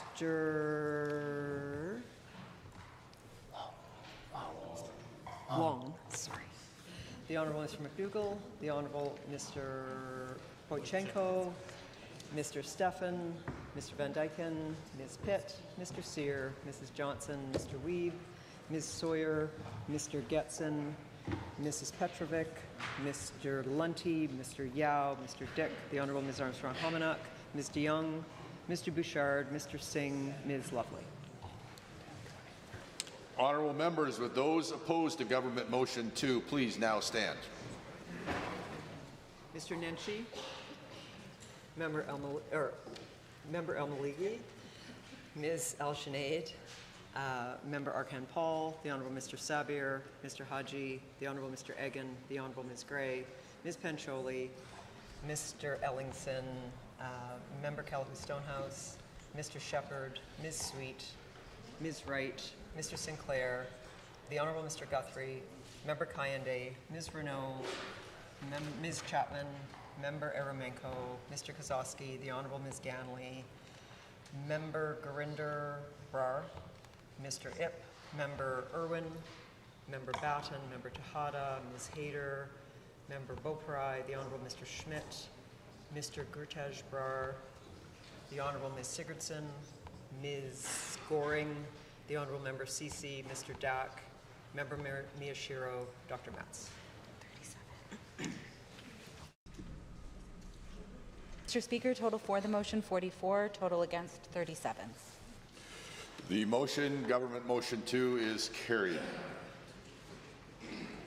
Under government motions, motion number 4, Honourable Mr. Scow. Thank you, Mr. Speaker. I rise to move Government Motion 4 on the order paper, which reads as follows. Be it resolved that pursuant to Standing Order 4.1, for the duration of the 2025 fall sitting of the second session of the 31st Legislature, the Assembly shall meet on Monday, Tuesday, and Wednesday evenings for consideration of government business unless the Government House Leader notifies the Assembly that there shall be no evening sitting that day by providing notice under Notices of Motions in the daily routine or at any time prior to 6 p.m. Honourable members, having heard the motion as proposed by Honourable Government House Leader, does the Assembly agree with Government Motion 4? Agreed. Any opposed? Opposed. That is carried. There is a division. Please ring the bells.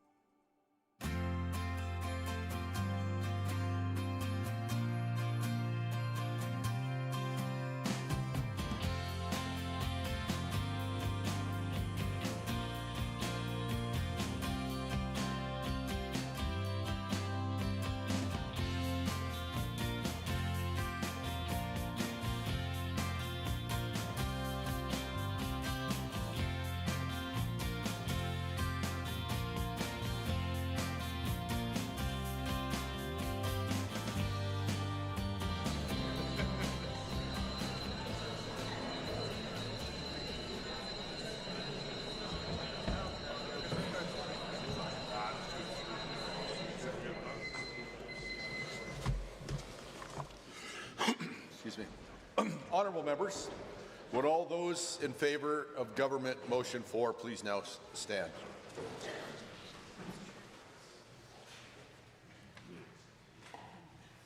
Honourable Mr. Sigurdsson, Honourable Mr. Nicolaides, Honourable Ms. Schultz, Honourable Mr. Williams, Honourable Minister LaGrange, Honourable Mr. Horner, Honourable Mr. Scow, Honourable Mr. Ellis, Honourable Mr. Amory, Honourable Mr. Newdorf, Honourable Mr. Wilson, Honourable Mr. Lowen, Honourable Mr. Wilson, Honourable Mr. Jean, Honourable Mr. Dreeshen, Honourable Mr. Nixon, Mr. Wright, Mr. Rosewell, Honourable Mr. Turton, Honourable Mr. Yassine, Honourable Ms. Furr, Honourable Mr. Jones, Honourable Mrs. Sani, Honourable Mr. Hunter, Honourable Mr. Nally, Honourable Mr. Long, Honourable Mr. Boychenko, Mr. Steffen, Mr. Van Dyken, Ms. Pitt, Mr. Sear, Mrs. Johnson, Mr. Wiebe, Ms. Sawyer, Mr. Getson, Mrs. Petrovic, Mr. Lunty, Mr. Yao, Mr. Dick, Honourable Ms. Armstrong-Hominack, Mr. Young, Mr. Bouchard, Mr. Singh, Ms. Lovely. Honourable members, all those opposed to Government Motion 4 please now stand. Mr. Nenshi, Member El-Maliki, Ms. Al-Junaid, Member Arkan Paul, Honourable Mr. Sabir, Mr. Haji, Honourable Mr. Egan, Honourable Ms. Gray, Ms. Pancholi, Mr. Ellingson, Member Calahoo Stonehouse, Mr. Shepherd, Ms. Sweet, Ms. Wright, Mr. Sinclair, Honourable Mr. Guthrie, Member Kayande, Ms. Renault, Ms. Chapman, Member Aramenko, Mr. Kosowski, Honourable Ms. Ganley, Member Gurinder Brar, Member Irwin, Member Batten, Member Tejada, Ms. Hayter, Member Beaupry, Honourable Mr. Schmidt, Mr. Gertej Brar, Honourable Ms. Sigurdsson, Ms. Goring, Honourable Member Cece, Mr. Dack, Member Miyashiro, Dr. Metz. I just don't have Smith. 4330. Mr. Speaker, total for the motion 43, total against 37. Honourable members, Government Motion 4 is carried. Under government motions, motion number 5, Honourable Mr. Scow. Mr. Speaker, I rise to move Government Motion 5 on the order paper, which reads as follows. Be it resolved that A, pursuant to Standing Order 77-2, Bill 2, Back to School Act, may be advanced 2 or more stages in one day, and B, if Bill 2, Back to School Act, has not yet been introduced, then immediately following the passage of this motion, the Assembly shall revert to introduction of bills for the introduction of Bill 2, Back to School Act. Mr. Speaker, our government is committed to ensuring that Albertans are able to receive a quality education, and we are making every effort to get kids back in the classroom. This motion will assist in this goal and allow us to ensure that we move as quickly as possible on this urgent matter. And with that, Mr. Speaker, I move to adjourn debate on Government Motion 5. Honourable members, the Government House Leader has moved adjournment of debate on Government Motion number 5. All those in favour of adjournment, please say aye. Aye. All those opposed to adjournment, please say nay. Nay. Seems the ayes have it, and there is a division. Please ring the bells.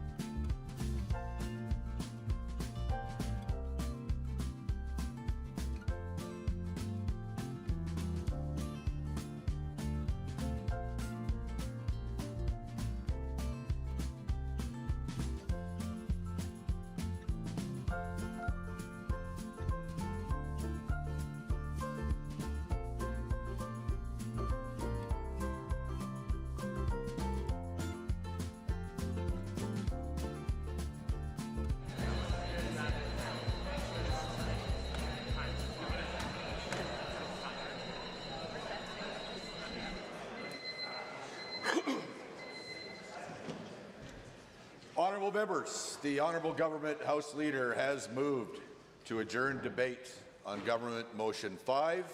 If you are in agreement, please stand now. Honourable Mr. Sigurdsson, Honourable Mr. Nicolaides, Honourable Ms. Schultz, Honourable Mr. Williams, Honourable Minister LaGrange, Honourable Mr. Horner, Honourable Mr. Scow, Honourable Mr. Ellis, Honourable Mr. Amory, Honourable Mr. Neudorf, Honourable Mr. Lowen, Honourable Mr. Wilson, Honourable Mr. Jean, Honourable Mr. Dreeshen, Honourable Mr. Nixon, Mr. Wright, Mr. Rosewell, Honourable Mr. Turton, Honourable Mr. Yassine, Honourable Ms. Furr, Honourable Mr. Jones, Honourable Mrs. Sani, Honourable Mr. Hunter, Honourable Mr. Nally, Honourable Mr. Long, Honourable Mr. McDougall, Honourable Mr. Boychenko, Mr. Stefan, Mr. Van Dyken, Ms. Pitt, Mr. Sear, Mrs. Johnson, Mr. Wiebe, Mrs. Sawyer, Mr. Getson, Mrs. Petrovic, Mr. Lunty, Mr. Yao, Mr. Dick, Honourable Ms. Armstrong-Hamanuk, Ms. DeYoung, Mr. Bouchard, Mr. Singh, Ms. Lovely. Honourable members, if you are opposed to adjourning debate on Government Motion 5, please now stand. Mr. Nenshi, Member Al-Maligi, Ms. Al-Junaid, Member Arkan Paul, Honourable Mr. Sabir, Mr. Haji, Honourable Mr. Agan, Honourable Ms. Gray, Ms. Pancholi, Mr. Ellingson, Members Callahoo Stonehouse, Mr. Shepherd, Ms. Sweet, Ms. Wright, Mr. Sinclair, Honourable Mr. Guthrie, Member Kayande, Ms. Renault, Ms. Chapman, Member Hoyle, Member Aramenko, Mr. Kosowski, pardon me, no Member Hoyle. Honourable Ms. Ganley, Member Gurinder Brar, Mr. Ip, Member Irwin, Member Batten, Member Tejada, Ms. Hayter, Member Beaupre, Honourable Mr. Schmidt, Mr. Gurtej Brar, Honourable Ms. Sigurdsson, Ms. Goring, Honourable Member Sisi, Member Dak, Member Miyashiro, Dr. Metz. Mr. Speaker, total for the motion 44, total against 38. The motion to adjourn debate is carried. Under Government Motions, Government Motion 6, the Honourable Mr. Scow. Mr. Speaker, I rise to move Government Motion 6 on the order paper, which reads as follows. Be it resolved that when further consideration of Government Motion 5 is resumed, not more than 1 hour shall be allotted to any further consideration of the motion, at which time every question necessary for the disposal of the motion shall be put forthwith.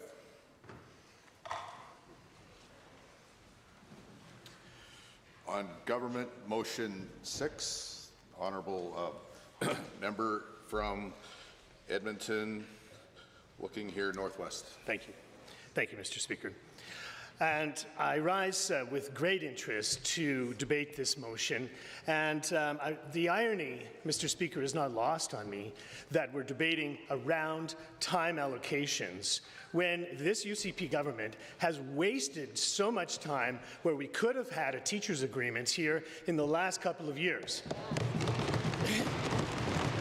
There was plenty of time. We knew this was going to happen. We knew when the different stages were going to go along the way. We could have built a foundation where we could have counted the class sizes so we could actually know how many kids we had in the classes and what we could do about that to adjust it. We could have looked to see where there was funding deficiencies with kids with special needs and other areas of our education system, but instead, this government chose to squander that time and now is putting in and forcing through this Bill 2 and all of the time allocations that go with that. I find it shameful, Mr. Speaker, and I'm sure that each of the UCP members have heard the same things that we've been hearing in our constituencies in regards to this teachers' strike.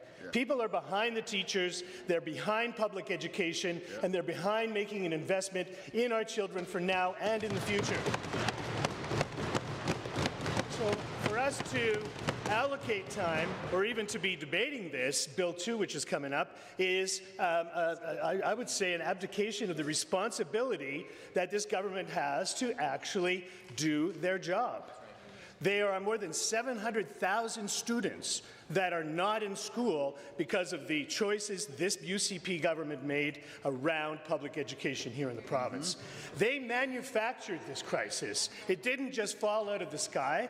They chose to make it happen in this way to force a confrontation at the expense of our children's education. We can do so much better. We know that all you have to do is listen to your constituents. I can see in the eyes of each of the members across the way, Mr. Speaker, that they're hearing the information from their constituents loud and clear, and they're very sheepish about what they're doing here now, Mr. Speaker. They know that what they're doing goes against the best interests of the children in their constituency and the best interests of what their constituents want for their families. So when we put in something like a time allocation, we are simply limiting the debate that can take place. After wasting 2 years, here we are with this final few minutes and hours where we can possibly make a recommendation. Well, Mr. Speaker, we can still make the right decision and make the right recommendation, which is to vote and to fund for the sake of our students. Not for political games, but rather for the benefit of all of our kids in Alberta for now and in the future.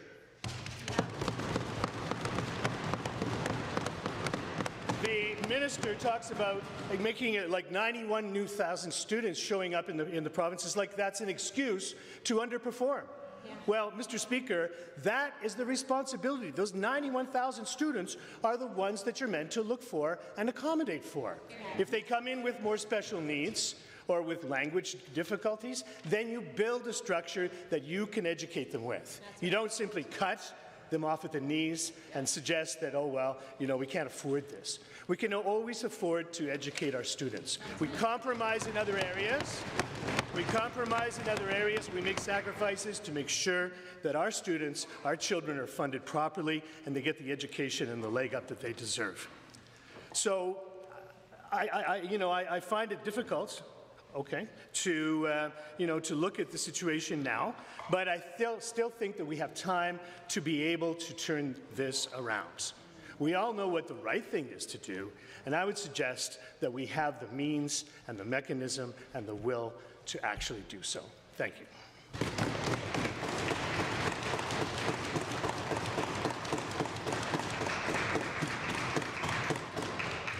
Honourable members, on Government Motion 6, if you are agreed, please say aye. Aye. If you are opposed, please say nay. Nay. I think the ayes have it, and there is a division. Please ring the bells.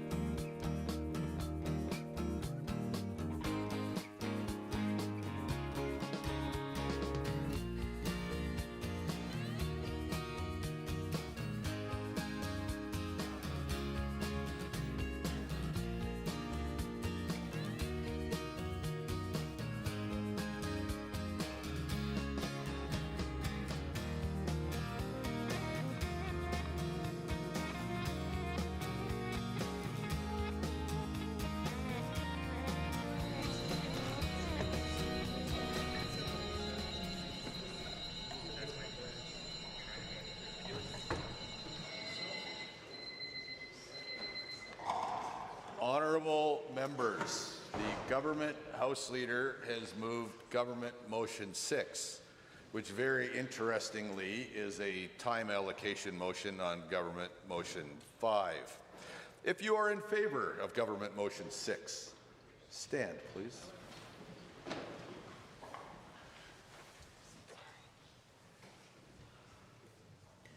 The Honourable Mr. Sigurdsson, the Honourable Mr. Nicolaides, the Honourable Ms. Schultz, the Honourable Mr. Williams, the Honourable Minister LaGrange, the Honourable Mr. Horner, the Honourable Mr. Scow, the Honourable Mr. Ellis, the Honourable Mr. Amory, the Honourable Mr. Newdorf, the Honourable Mr. Lowen, the Honourable Mr. Wilson, the Honourable Mr. Jean, the Honourable Mr. Dreeshen, the Honourable Mr. Nixon, Mr. Wright, Mr. Rosewell, the Honourable Mr. Turton, the Honourable Mr. Yassine, the Honourable Ms. Furr, the Honourable Mr. Jones, the Honourable Mrs. Sawney, the Honourable Mr. Hunter, the Honourable Mr. Nally, the Honourable Mr. Long, the Honourable Mr. McDougall, the Honourable Mr. Boychenko, Mr. Stefan, Mr. Van Dyken, Ms. Pitt, Mr. Sear, Mrs. Johnson, Mr. Weed, Mrs. Sawyer, Mr. Getson, Mrs. Petrovic, Mr. Lunty, Mr. Yao, Mr. Dick, the Honourable Ms. Armstrong-Hominock, Ms. DeYoung, Mr. Bouchard, Mr. Singh, Ms. Lovely.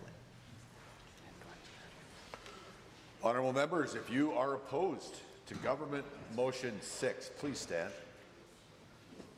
Mr. Nenshi, Member El-Maliki, Ms. El-Junaid, Member Arkan Paul, the Honourable Mr. Sabir, Mr. Haji, the Honourable Mr. Egan, the Honourable Ms. Gray, Ms. Pencholi, Mr. Ellingson, Member Callahoo Stonehouse, Mr. Shepherd, Ms. Sweet, Ms. Wright, Mr. Sinclair, the Honourable Mr. Guthrie, Member Kayende, Ms. Renault, Ms. Chapman, Member Aramenko, Mr. Gazowski, the Honourable Ms. Ganley, Member Gurinder Brar, Mr. Ip, Member Irwin, Member Batten, Member Tejada, Ms. Hayter, Member Beaupre, the Honourable Mr. Schmidt, Mr. Gertej Brar, the Honourable Ms. Sigurdsson, Ms. Goring, the Honourable Member Cece, Mr. Dack, Member Miyashiro, Dr. Metz.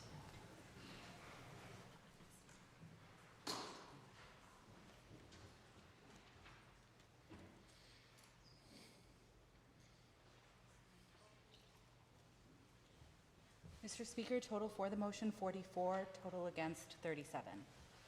Honourable members, Government Motion 6 is carried.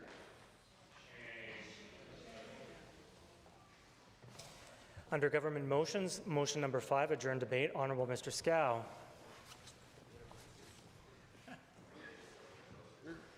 I'm all set. Okay. Honourable member from Calgary Mountain View. Thank you very much, Mr. Speaker. I can't say, unfortunately, that I am pleased to rise to speak to Government Motion 5, because Government Motion 5 is an unprecedented violation of the democratic rights of the people of this province.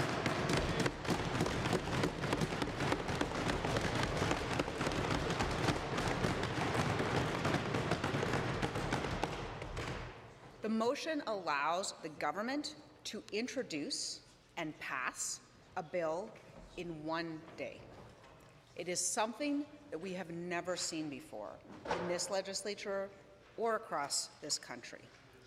So the reason, Mr. Speaker, that the rules of the House normally prevent this is because the bill hasn't been introduced yet. We haven't seen it.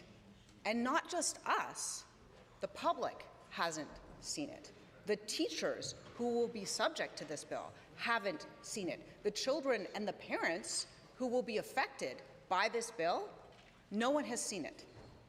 And so this government will introduce a bill and it will pass it within a matter of hours under this motion. As a result, no one will have time to read it. And that is what Government Motion 5 is intended to do. It's intended to prevent people from reading the bill, from thinking about the bill, from talking about the bill, from writing to their representatives, that's all of us in this House, about the bill. And this motion doesn't just violate the rights of the members on our side and our constituents, it violates the rights of the constituents of the private members on the other side.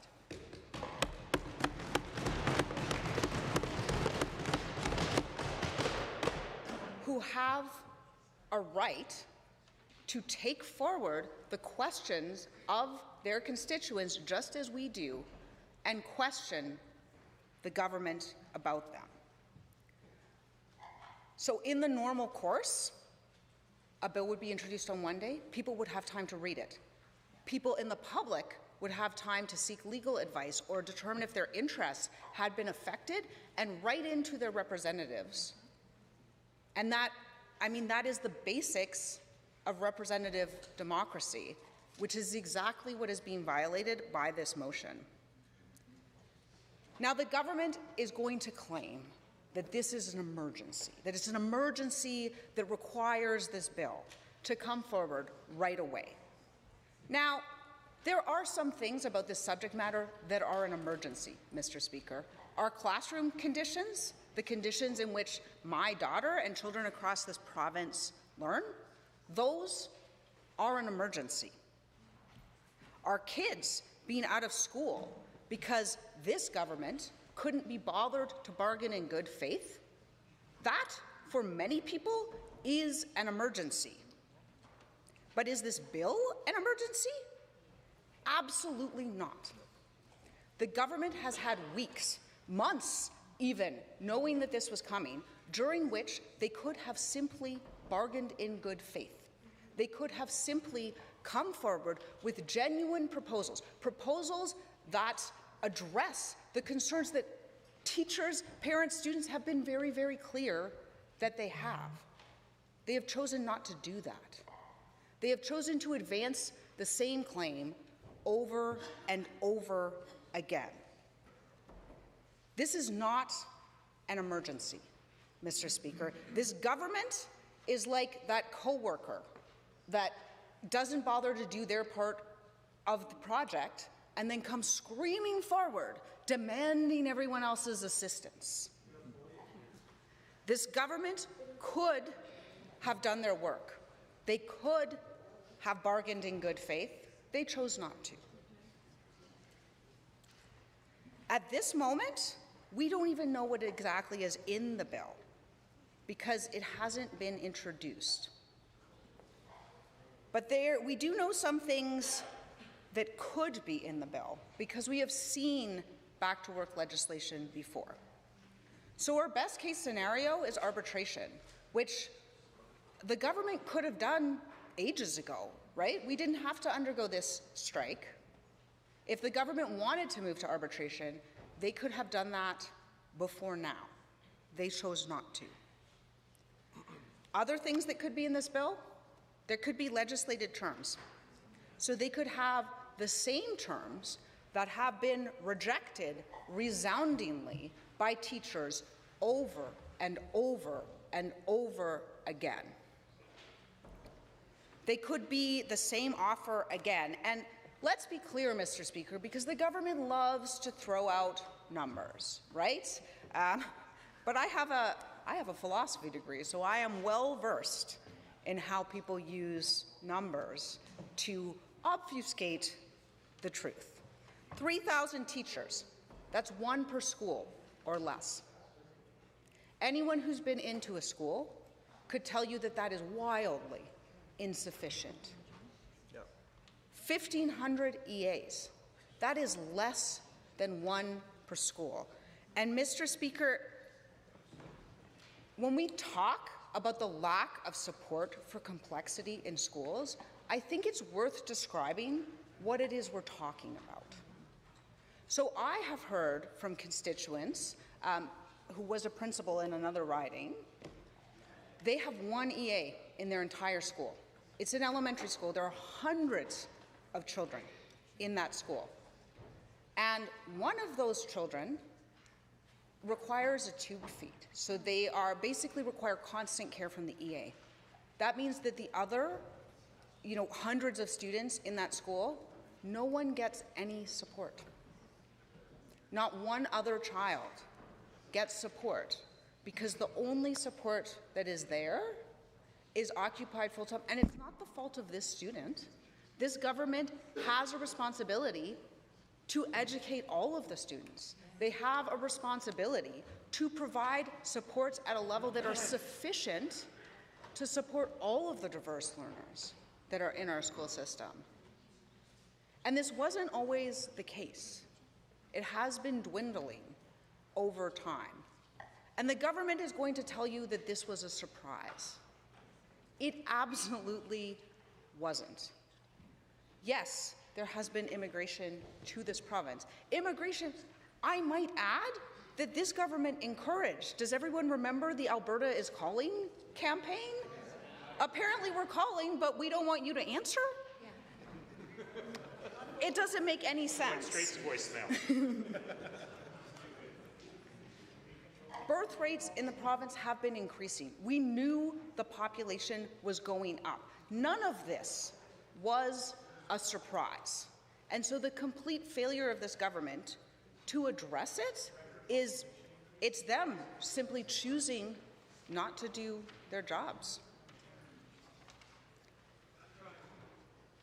In these classrooms that are overcrowded increasingly and that lack EA support, kids' learning is absolutely being affected, without a shadow of a doubt. Children's learning is being affected. And Mr. Speaker, it is worth noting that that changes the trajectory of a life. The intervention that occurs with a child in elementary school can change the trajectory of their entire life. It can mean that they don't wind up in the justice system, in the correctional system. It could mean that they don't wind up needing government benefits, that they are instead able to be gainfully employed and to participate and contribute to our society. A little bit of money invested now saves so much more down the road. But it also impacts the safety of our children. Because children who have learning difficulties, who have behavioral difficulties, aren't being supported. There are no EAs to support them. So they are placed in a classroom where they literally cannot access the material. Their right to learn is being completely violated. And those children may act out. And there is no one there to help them with that, which puts the safety of every other student in that classroom potentially in danger, not to mention the safety of the first student. And these are the conditions that our government has allowed to fester, the conditions that they are refusing to address with this legislation. So they could put those terms, those original terms, the terms that have been rejected over and over again, directly into that legislation. This is a pretty big problem. It does nothing really to address the issues teachers have raised. They could go so far as to do what they have threatened to do in the media, which is to say, use the notwithstanding clause. And Mr. Speaker, that would be a huge problem. If this government is willing to violate the rights of so many of its citizens in this instance, what is to stop them from doing it in additional instances? This is how fascism progresses. They start by violating the rights of one group, and then another, and then another, and then another.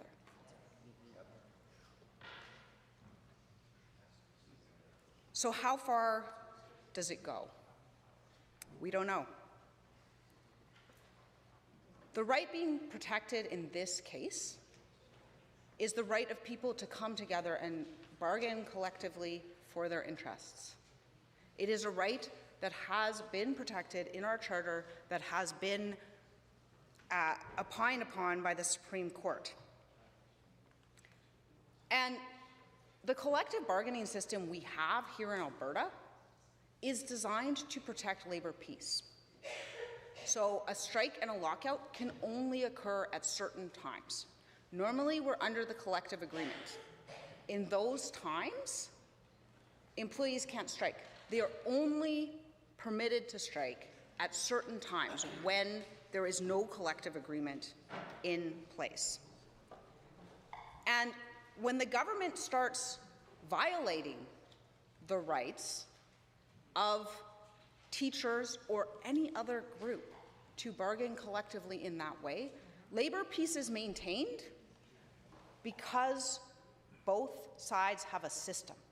That is the point of systems of law and justice, is to make sure that people use the system, that they, rather than going out and doing whatever they want and creating whatever chaos and advocating in whatever way occurs in the moment, they abide by the system.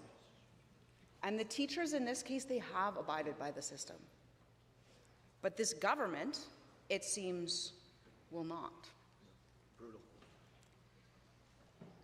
And when a government begins to violate their own system of laws, the system of laws of which they are a part, whatever chaos ensues from the public, in my opinion, they have invited it. Systems exist for a reason. Rights exist for a reason.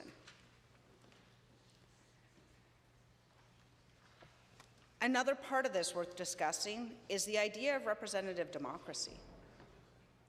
So it isn't just the official opposition or even the private members on the government side who don't get to read this bill. It's a lot of people out there in the public who are interested parties. And believe me, if my inbox is any indication, and I think the inboxes of my colleagues and probably the members on the other side too, there are a lot of people interested in the public. 250 today. There are a lot of people who would like to hear what the outcome is. And those are the people whose rights are being violated. It is not just us here in this House. We represent people. We represent people who have a right to have an opinion on what their government is doing in a democracy. But this government doesn't want to hear it. They don't want to hear from parents. They don't want to hear from teachers. They don't want to hear from students. So, I mean, this is, I would say, Mr. Speaker, completely typical of everything that is wrong with this government.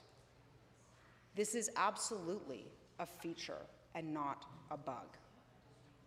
This government absolutely could have negotiated in faith. They could have recalled the legislature early, and they could have had a fulsome debate on this legislation.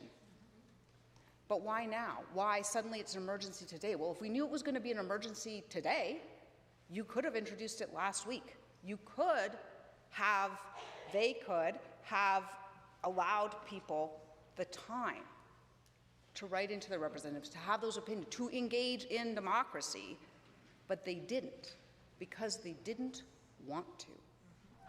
They don't want to hear what people think of them. Instead, a smear campaign against teachers. Shame. Instead, pretending that they don't know what the problem is. This is like the actions of a young child, pretending that they didn't know what the rule was when they broke it. The teachers have been clear over and over and over again about what it is that they want. But this government spent months pretending it couldn't hear them. It's like sticking your fingers in your ears. Oh yeah, they have done that before, earplugs. So let's talk a little bit about money, which is arguably the impetus for this. And setting aside for the moment the fact that a well-educated population is a driver of the economy which generates revenue, or the fact that $1 invested in education saves on the worst measure $4 in other services, healthcare, justice, benefits later. Setting that aside for the moment, let's consider some other spending priorities of this government. $80 million on Tylenol that we'll have to throw out, plus how much more to store it? Hundreds of millions of dollars to have their own police force. How much could that buy in the education system if that money were simply reinvested in the priorities of Albertans instead of the priorities of this UCP government. Mr. Speaker, this motion is a violation. It is a violation of the rights of my constituents, and I object. And Mr. Speaker, I object on behalf of many of my colleagues as well, because we will not all have the opportunity to do so on the record. We will not all be able to read the hundreds of emails that we have received, thousands really at this point, into the record. Emails of parents telling us about their children's classroom conditions. Emails from students themselves. High school students have been coming forward. They've been advocating. We saw it, Mr. Speaker, at this government's set of town halls, wherein the chair of the committee, the UCP chair, threatened to spank a student for stating their opinion. The reason, Mr. Speaker, that this is so problematic is because this is a government that is trying to ignore the people they represent. And that offends me. I think it should offend all of us. I think in particular, it should offend the private members on the UCP side, because it is their constituents' rights that will also not be represented. It is the hundreds of emails I know they are getting from their constituents that they will not be able to bring forward to the government. Mr. Speaker, this is a sad day. I hope that the members of the government side will hear my call and they will vote against this unprecedented violation of democratic rights. But if they do not, we are likely to see this bill move forward and violate the rights of Albertans. And I would urge every Albertan to watch what is happening here, because it could be your rights next.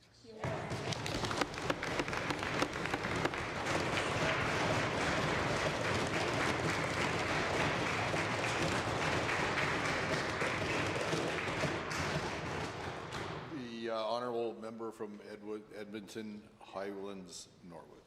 Thank you, Mr. Speaker. I rise to speak to Government Motion 5, which, for those watching at home, so very many of you, means that this government will ram through their legislation, their Bill 2, the so-called Back to School Act, in record time, which means no time for fulsome debate, no time for everyone at home to understand what this bill really does.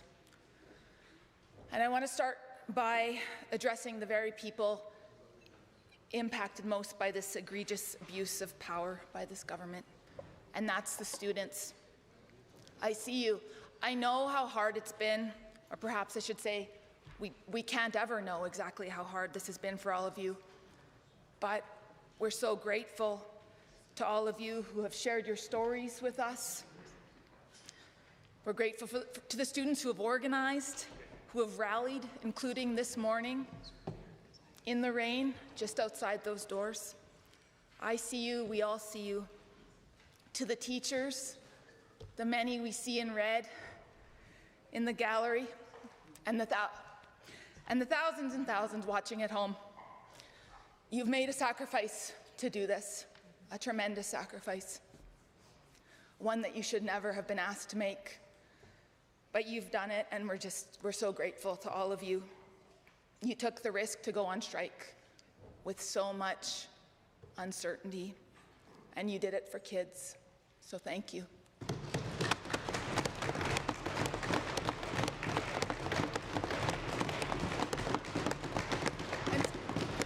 Parents, you've taken on so much. I've heard from so many of you, we've heard from so many of you about how much of a burden this has been, but it was a burden that you were willing to help shoulder for all of us. So thank you. But to all of us in this chamber, we're here. We're called to this place to serve, in theory. We want the best for kids. Yes, I know I'm not a parent, but I was a teacher and I was a school administrator, and I'm someone who, as our leader often says, someone who owes a whole lot to public education. I had a wonderful education growing up in Barhead, Alberta, and then I had the opportunity to teach in Balf, Alberta, and Forestburg, and then work for Alberta Education for years. And I'm someone who cares deeply about students, as we all should. But this government's actions today show that not a single person on that side of the House is really here for students. For the same students, for so many of whom their educational journeys have been very much fraught with learning conditions that don't meet their needs. The kids in school today experienced the COVID years, right? Especially kids in high school. I know I see a lot of my colleagues nodding their heads. We've all heard those stories. We've all heard the stories of out-of-control class sizes. So many of those stories. Just ask those students. I've spent so much of my time lately out supporting teachers, as we all have on this side of the House, talking to teachers, hearing from teachers, from parents, from students. They all want kids to be back in class. They absolutely do. But they want a fair deal for teachers. They want caps on class sizes. They want education funding that is reasonable, that is fair. It's unacceptable, and in fact, it should be incredibly shocking to everyone in this chamber that Alberta remains the lowest funded per capita in the country for students. That's not the Alberta advantage. I was in high school, I was in grade 12 the last time that teachers went on strike. Striking isn't something that teachers do in Alberta, right? That was 23 years ago. Teachers did this, as I said, at a very, very personal cost. They did this because this is about more than a fight for higher wages, so much more. So much more, despite the spin from this Premier and this government. This fight is truly about students and about future generations of students. It's about what we value as a province. It's about public education, a foundational pillar of what makes our province great. And now it's become, as we see from this motion from the government, it's become about the future of democracy in our province as well. Because by limiting debate, as this government has chosen to do, not only do we not get to have a fulsome discussion about what's in this bill, but we, as elected MLAs, we don't get a chance to speak to this bill. When we have collectively received hundreds of thousands of pieces of feedback on this bill, if we are sent to this chamber to honor our constituents' voices, then we must be allowed the chance to speak. Yes.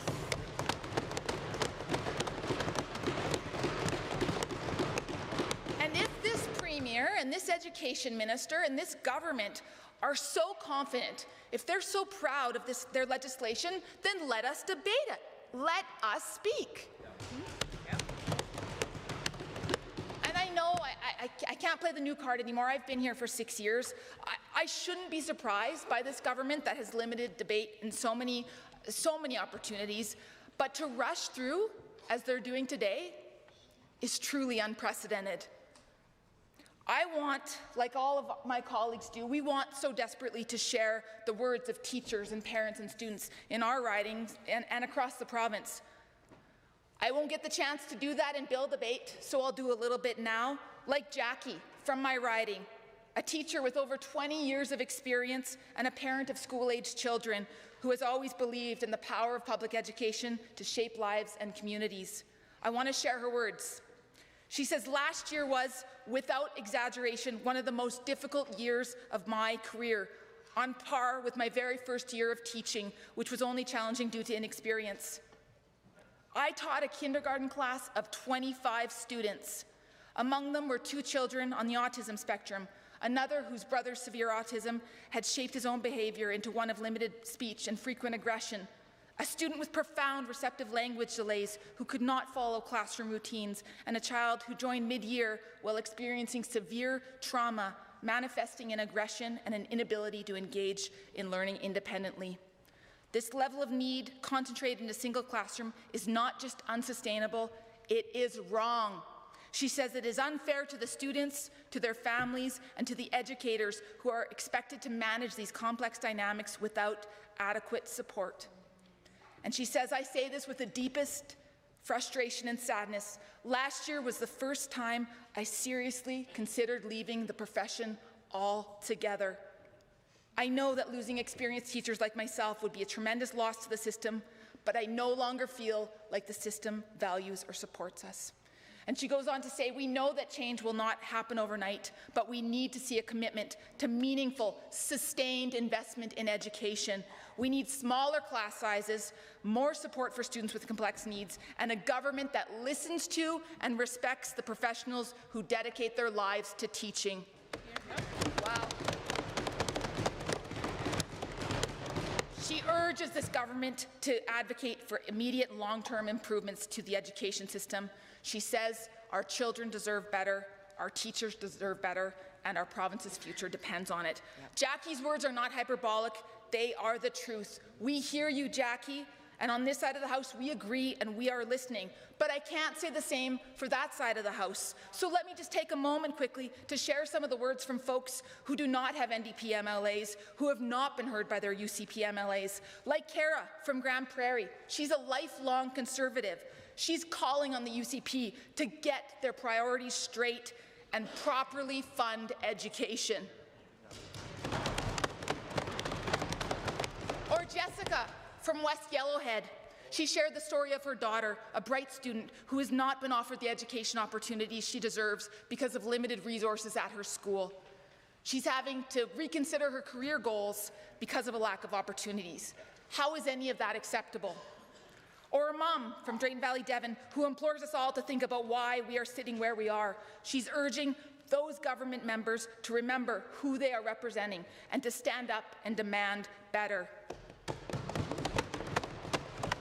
So like that mom, we want desperately for the government to do the right thing today. It's not too late to pause. It's not too late to go back to the table and to do the right thing. Respect workers' rights. Respect teachers, respect the Legislative Assembly, respect our right to speak on behalf of constituents. But by threatening to use the notwithstanding clause and by limiting debate so sharply as they're doing right now, they are showing that they are absolutely not interested in doing what's best for kids, what's best for teachers, and what's best for our province. And I really want to implore you all to think about what you're doing in this moment. Is this the legacy that you want to leave? Is this how you want to be remembered? Chair? Absolutely. Is this how the government members want to be remembered? Is this the legacy that they want to leave? I don't think so. You have an opportunity today to do the right thing. And you, Albertans, you have an opportunity too. If they don't change course, you have an opportunity to show them the door in the next election, because you deserve so much better. You all deserve so much better, and better is possible, Alberta. That's right. Woo. Their members, the Honourable Member for Calgary, Boular-McCall. Thank you. Madam Chair, I rise to speak to motion 5. And what it does, that it gives the government the ability to run through their bill from multiple stages in one day. And on top of that, this motion is now further time allocated that we cannot speak more than 1 hour on this motion. There is lots at stake here. Just yesterday, I hosted a town hall in my riding of Calgary Boular-McCall, and I heard directly from students, from parents, and from teachers. Number of things were shared that are specific to the Northeast Quadrant schools in my riding, because all our schools in Northeast Quadrants are operating at capacity. The CB put a list out of overflow schools. Not one of them is in Northeast, which means that many of the kids from Northeast are being bused to other quadrants for hours. That certainly adversely impacts their learning outcomes. They talked about overcrowded classrooms, and that's just not Northeast, that's across this province.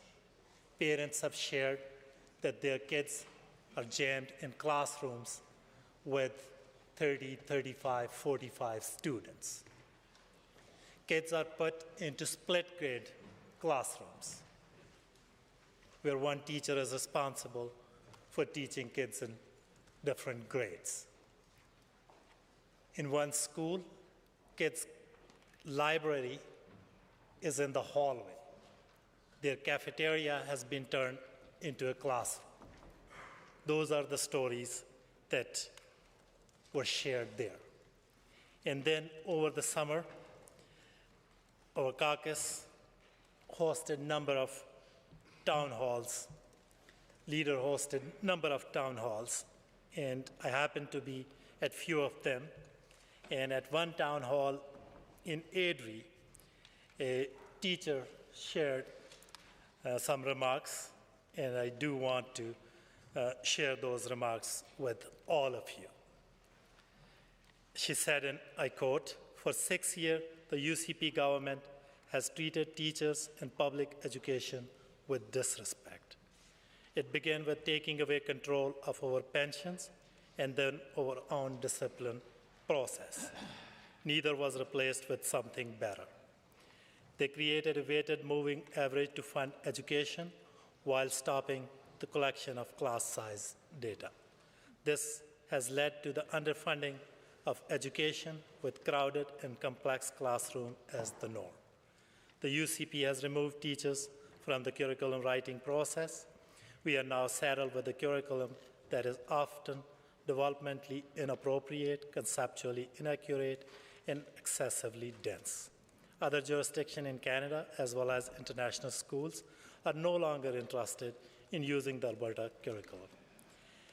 Most recently, we have seen the ridiculous book bans and more egregiously the attacks on our LGBTQ2S+ students, as well as our female students who just want to play school sports without having to prove they are female. If the NDP forms the next government, my great hope is that you have a real solution to show that you respect public education, our teachers, our students, and our school communities, and have the ability to restore Alberta's status as having one of the best public education systems in the world." End quote. Those are the words of educational professionals who are dealing with complex classrooms without sports, who are dealing with overcrowded classrooms, who are dealing with an education system which has the lowest per student funding in the entire country. And government has yet not introduced the bill to. We have not seen the contents of bill.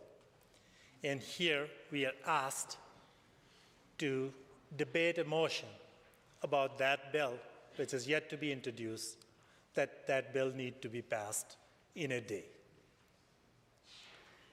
What's the urgency here? As my colleague said, government had 2 years to deal with this issue. But government engineered this crisis. Government is to blame for this crisis. They didn't act timely. They could have brought legislature back if there was some urgency. They didn't do that either. And now they are asking us to pass this motion in this House so that they can pass a bill that they said they put on the order paper Back to School Act. Since we have not seen the bill, we have just heard rumors from here and there what could be in the bill. If government wanted to go down the arbitration route, they didn't need to bring the legislation. They could have done that without legislation. Since they are bringing in legislation, as the name suggests, that they are forcing teachers back to work. And whatever route they take, whether they invoke notwithstanding clause or not, this bill will have profound implications for teachers, for students, for parents. There are 700,000 plus students in our education system. These are 700,000, give or take, families that will be impacted by this. And our jurisprudence is clear that Section 2D of the Charter, the freedom of association, protects three fundamental rights. It protects the right of employees to form and join associations. Second, it affirms that right to meaningful collective bargaining. And third, it affirms that the right to strike is a meaningful part of that process. That was talked about in Supreme Court decision, Health Services and Support Facilities Subsector Association in British Columbia, 2007. And in 2015, in Saskatchewan Federation of Labor in Saskatchewan case, that was pronounced that striking is also an essential and meaningful part of collective bargaining agreement. What teachers have been doing, they have been exercising their constitutional charter rights to stand up for their rights, to stand up for better public education, to stand up against overcrowded classroom, to stand up for better supports for complex needs students, to stand up for support such as English language support, particularly relevant in my riding, those supports, and instead taking these concerns seriously, government is choosing to legislate them back to work. And without sharing that bill with us, government wants us to let them pass this bill through in one day. That is heavy-handed, that is unprecedented, and session just started. Government could have done better. There is still time that government could do better. Many of my colleagues refer to emails to different MLAs. Certainly there are emails even where government members are also CC'd. They are receiving exact same emails. And those emails are coming from parents. Those emails are even coming from students. Everyone in this province, except for this government, at this point in time is standing with teachers, is standing for public education. Government is clearly offside. That's right. And through you, Madam Chair, those on government benches, private members, I think they need to reflect on it.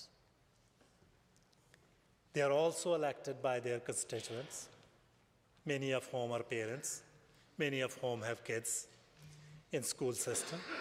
Those constituents expect them to represent them.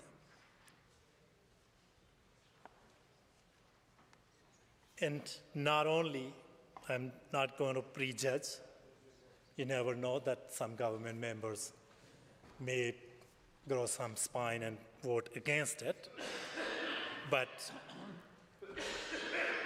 I would suggest that they need to think about their responsibility to their constituents.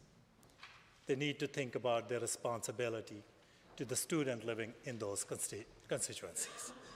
And they need to stand up to this government walking roughshod on constitutional rights of teachers and against erosion of public education under this government watch. So I urge all members of this House to vote against this motion. Let's get to the bill, look at the bill, let's have conversations, and then decide how that bill should be voted upon. Better yet, that government pulls this bill back and gets to the negotiating table, give the respect to teachers that they deserve, and negotiates them in good faith. And I think those excuses that government doesn't have money are also not very sound, because government has money for all kinds of other things. Government has money to waste hundreds of millions of dollars on a failed privatization experience with Dynalife. They have money to throw on Turkish Tylenol, which was not used in this province by anyone. They have money, and they are being under investigation for doling out dollars to charter surgical facilities. Prior to that, they have spent $1.3 billion on a pipeline to nowhere. They do have money. It's just that they don't have political will, or they don't like public education. So one more time, I will urge all members of this House to vote against this motion, stand with teachers, stand with students, stand with parents. Thank you, Madam Chair.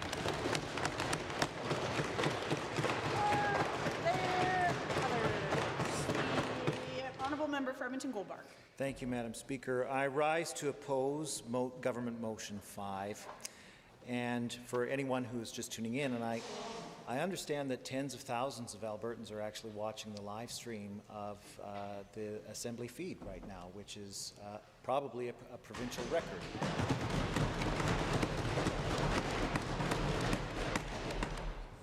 And of course, under that kind of scrutiny, I'm going to be absolutely as careful with my words as I usually am when I get up to speak in this House.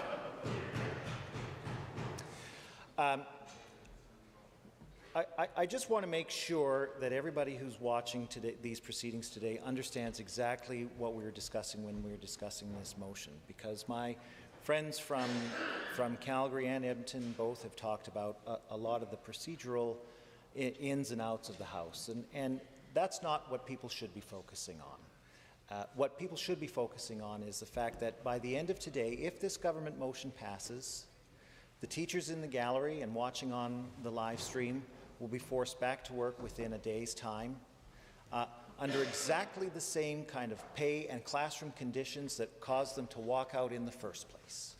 This government is bringing forward this motion so that rather than fixing the problems that teachers have been shouting loudly about for years, and with those problems landing on deaf ears, the government is just going to use the legislative hammer to slap a Band-Aid on the system and hope that it doesn't break further, and ask these teachers to do more, even more, with less. And that is completely unfair. And that's why our colleagues are standing to oppose this motion, because it continues to degrade educational conditions and the working conditions, educational conditions for our students and our working conditions for our teachers. My colleagues have already talked at length about a lot of the issues that the teachers today are facing. And rather than reiterate that point, I just want to remind everybody watching today about what teachers have been through since 2019 when this government was elected. Then Premier Kenney ran on a platform promise of shredding the curriculum that our government had put into development, and they accused the teachers, hundreds of teachers that we had consulted with, in the development of that new curriculum of being Marxist activists who were going to social engineer our children. And that was the first of many attacks on the members of the teaching profession that this government was going to launch.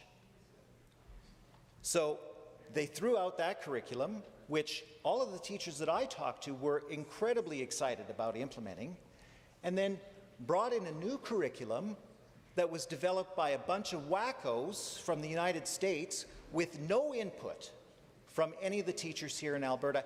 And in fact, the government wouldn't even tell us who was involved with the development of that curriculum. It was foisted upon the teachers out of the blue with absolutely no supports for implementation.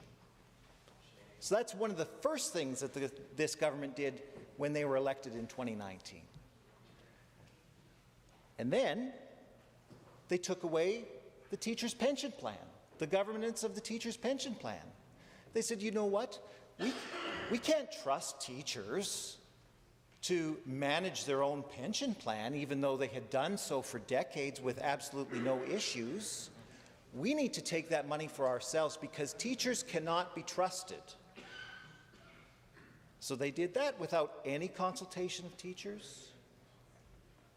No regard for the well-being of the people who dedicate their lives to educating the students of the province to make sure that they could ensure that they have a retirement that's dignified.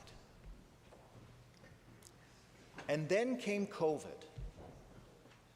The government walked out to a microphone one night and said, we are shutting schools down, and oh, by the way, you better be ready on Monday to go to online learning.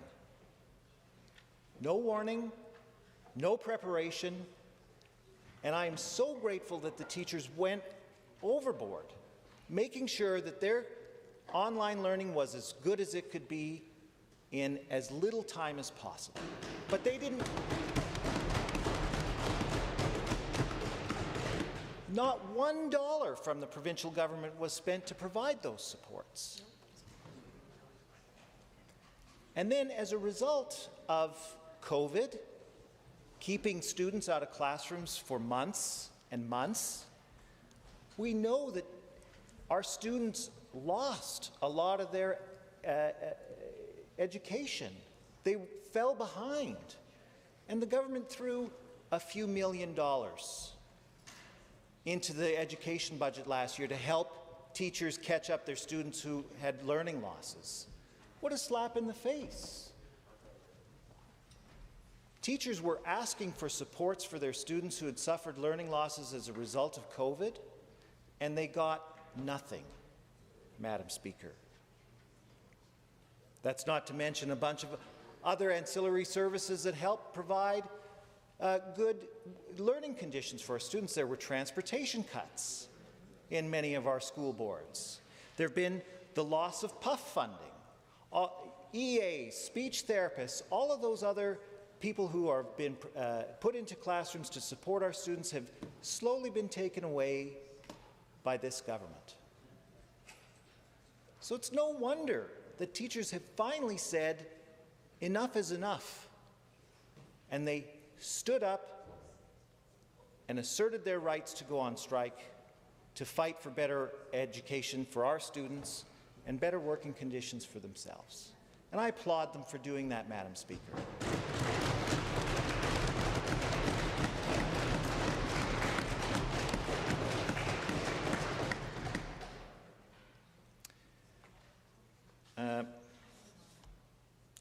Yes, one final indignity that the teachers had to suffer before I move on to my next point, Madam Speaker.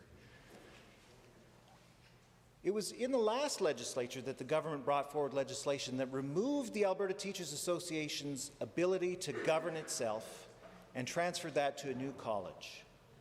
And the reasoning that the government used to make that move was because they suggested that teachers were protecting a bunch of pedophiles within their ranks, and they didn't want to be subject to rules of,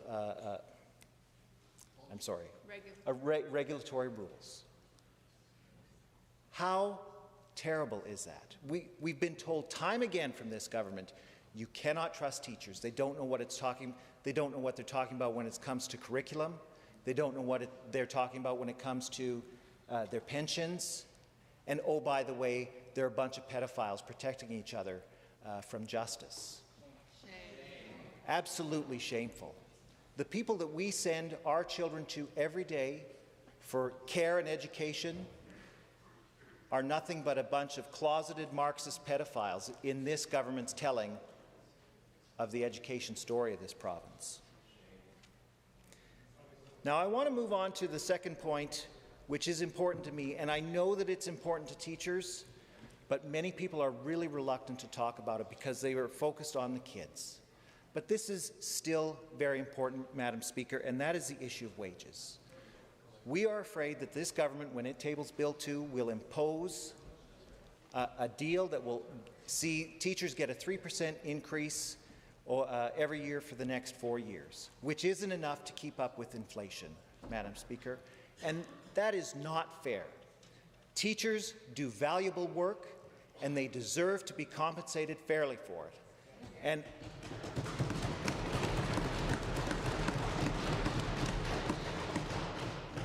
God bless all of the teachers who say, you know, it's not about the money. But at some point, after going so long without a raise, it does become about the money, Madam Speaker. I know I have a friend of mine who is an educational instructor in the Faculty of Education at the University of Alberta, and he said that the average lifespan of a teacher in entering Alberta's classrooms is 5 years. That once they've graduated from university and they've taught in the classroom for 5 years, they've had enough and they walk away from the profession, never to do it again. And part of the reason is because their pay sucks so badly. We cannot afford to underpay teachers if we want to continue to deliver the best education in this country the way we have for decades and decades. And teachers deserve a fair wage. And now the government says we can't possibly afford it. But they've revealed through the student supports that they unveiled when the strike happened, how much they are actually willing to pay. They said, if you have a student who's under 12, we will pay you $30 a day to offset the childcare costs that are incurred. Well, Madam Speaker, just a little quick back-of-the-envelope math here. $30 a day times 30 students in a classroom, give or take if you're lucky, that's $900 a day that the government is willing to pay to look after our kids. I'm sure all of the teachers in the gallery and on live stream would be more than happy to accept $900 a day to go to work every day. And they're not even asking for a small fraction of that. They want a fair wage. The government obviously has the money to do it. They just don't want any of that money to end up in teachers' pockets. But whose pockets do they want that money to end up in, Madam Speaker? Well, it's quite clear from this government's past behaviour who they want to pay more, and that's all of the executives in every agency, board and commission. You know, tomorrow we're going to be at Public Accounts, and we're going to discuss the CEO of the Alberta Indigenous Opportunities Corporation salary, which went up by $36,000 last year alone. That's a 15% pay hike. In 1 year, that person earns the salary to put three teachers with 10 years' experience into classrooms. So if you're an executive at an agency, board and commission, the government is willing to open up the spending taps. The sky's the limit for their wages, but ask for more than 3% to teach our kids and ensure a prosperous future for our province? Oh, 3%, ooh, that sounds like a lot. I don't think we could possibly afford that.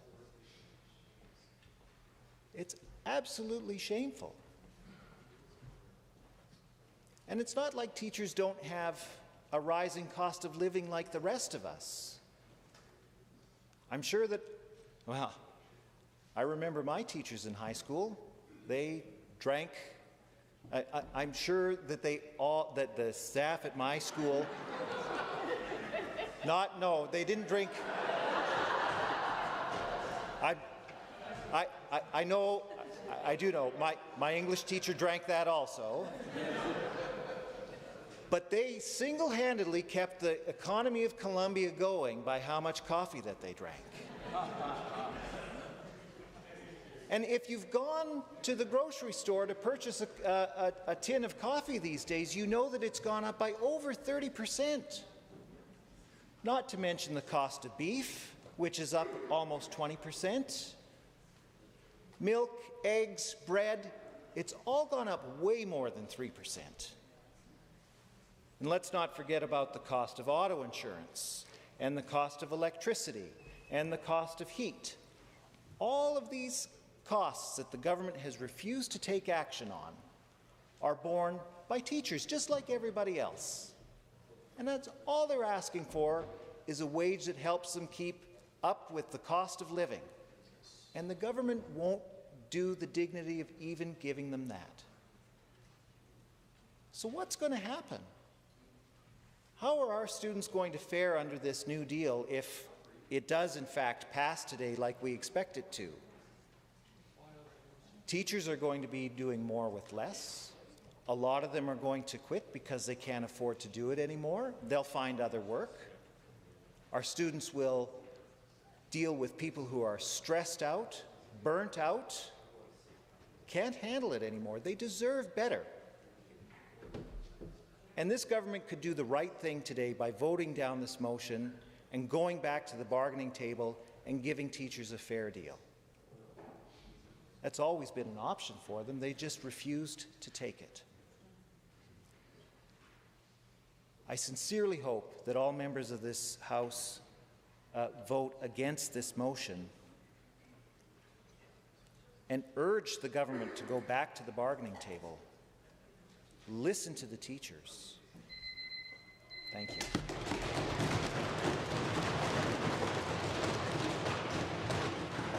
Honourable members, pursuant to Government Motion 6, agreed to earlier this afternoon, 1 hour of debate has now been completed, and I am required to put to the Assembly all necessary questions to dispose of Government Motion 5. All those in favour of Government Motion 5, please say aye.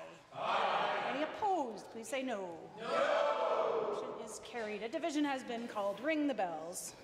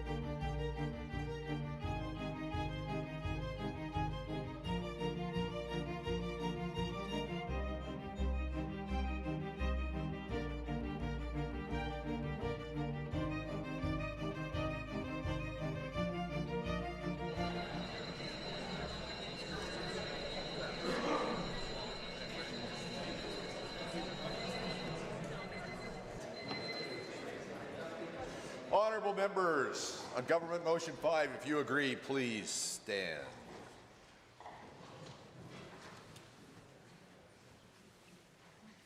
Honourable Mr. Sigurdsson, Honourable Mr. Nicolaides, Honourable Ms. Schultz, Honourable Mr. Williams, Honourable Minister LaGrange, Honourable Mr. Horner, Honourable Mr. Scow, Honourable Mr. Ellis, Honourable Mr. Amory, Honourable Mr. Newdorf, Honourable Mr. Lowen, Honourable Mr. Wilson, Honourable Mr. Jean, Honourable Mr. Dreeshen, Honourable Mr. Nixon.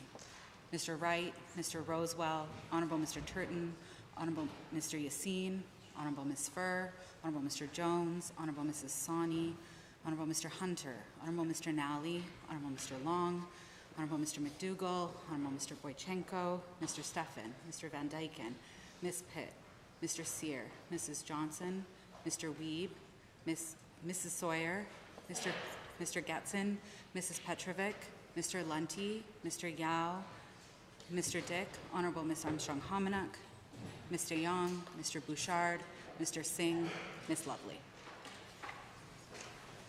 Honourable members, if you are opposed to Government Motion 5, please stand. Mr. Nenshi, Member El-Maliki, Ms. El-Junaid, Member Arkan Paul, Honourable Mr. Sabir, Mr. Haji, Honourable Mr. Egan, Honourable Ms. Gray, Ms. Pancholi, Mr. Ellingson, Member Calahoo Stonehouse, Mr. Shepherd, Ms. Sweet, Ms. Wright, Mr. Sinclair, Honourable Mr. Guthrie, Member Kayande, Ms. Renaud, Ms. Chapman, Member Aramenko, Mr. Kosowski, Honourable Ms. Ganley, Member Gurinder-Brar, Mr. Ip, Member Irwin, Member Batten, Member Tejada, Ms. Hayter, Member Boprai, Honourable Mr. Schmidt, Mr. Gertej-Brar, Honourable Ms. Sigurdsson, Ms. Goring, Honourable Member Cece, Mr. Dack, Member Miyashiro, Dr. Metz. Total for the motion 43, total against 37. Government Motion 5 is carried. Introduction of bills.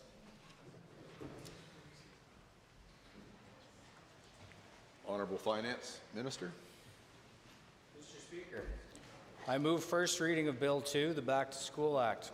This legislation would provide teachers with a fair agreement based on the last mutually accepted offer between TIBA and the ATA, and ensure no further irreparable harm is done to Alberta students through labour action. The ongoing strike has deeply disrupted learning and caused lasting harm to our kids' education and futures. After 18 months of bargaining and 2 rejected agreements recommended by ATA leadership, it's clear a negotiated settlement is no longer possible. This legislation ensures that no further harm is done to Alberta students, and there is an immediate end to the strike. It also invokes the notwithstanding clause to help ensure stability for the school system moving forward. Mr. Speaker, I move first reading of Bill 2, the Back to School Act.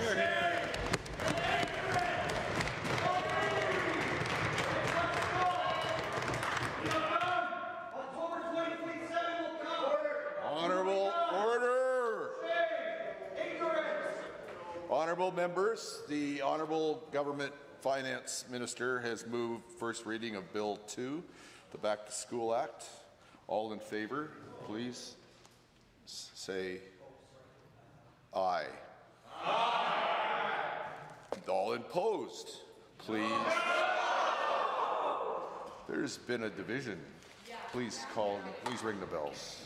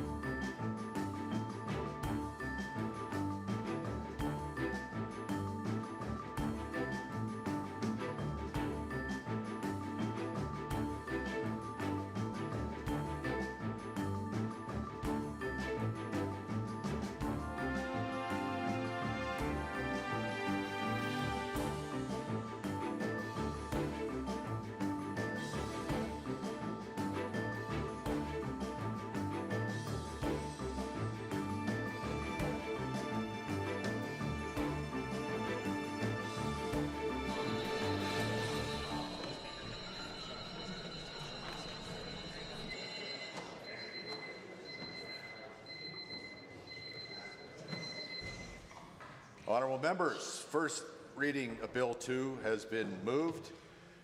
There's been a division called. If you agree, please, with the motion to first reading, please stand up. Honourable Mr. Sigurdsson, Honourable Mr. Nicolaides, Honourable Ms. Schultz, Honourable Mr. Williams, Honourable Minister LaGrange, Honourable Mr. Horner, Honourable Mr. Scow, Honourable Mr. Ellis, Honourable Mr. Amory, Honourable Mr. Newdorf, Honourable Mr. Lowen, Honourable Mr. Wilson, Honourable Mr. Jean, Honourable Mr. Dreeshen, Honourable Mr. Nixon, Mr. Wright, Mr. Rosewell, Honourable Mr. Turton, Honourable Mr. Yassine, Honourable Ms. Furr, Honourable Mr. Jones, Honourable Mrs. Sawney, Honourable Mr. Hunter, Honourable Mr. Nally, Honourable Mr. Long, Honourable Mr. McDougall, Honourable Mr. Boychenko, Mr. Steffen, Mr. Van Dyken, Ms. Pitt, Mr. Sear, Mrs. Johnson, Mr. Weed, Mrs. Sawyer, Mr. Getson, Mrs. Petrovic, Mr. Lunty, Mr. Yao, Mr. Dick, Honourable Ms. Armstrong-Hominick, Ms. DeYoung, Mr. Bouchard, Mr. Singh, Ms. Lovely. Honourable members, if you disagree with the first reading of Bill 2, please stand. Mr. Nenshi, Member Al-Maligi, Ms. Al-Junaid, Member Arkan Paul, Honourable Mr. Sear, Mr. Haji, Sabir, pardon me, Mr. Haji, Honourable Mr. Egan, Honourable Ms. Gray, Ms. Pancholi, Mr. Ellingson, Member Callahoo Stonehouse, Mr. Shepherd, Ms. Sweet, Ms. Wright, Mr. Sinclair, Honourable Mr. Guthrie, Member Kayande, Ms. Renault, Ms. Chapman, Member Aramanko, Mr. Kosowski, Honourable Ms. Ganley, Member Gurinder Brar, Mr. Ip, Member Irwin, Member Batten, Member Tejada, Ms. Hayter, Member Beauparai, Honourable Mr. Schmidt, Mr. Gertej Brar, Honourable Ms. Sigurdsson, Ms. Goring, Honourable Member Ceci, Mr. Dack, Member Miyashiro, Dr. Metz. Mr. Speaker, total for the motion 44, total against 37. Honourable members, first reading of Bill 2 is carried and so ordered. Honourable members, please go ahead. Yep. Bill 2, Back to School Act, introduced by the Honourable Mr. Horner, is now read a first time. Honourable members, it's now after 6 o'clock. The House stands adjourned until 7:30 this evening.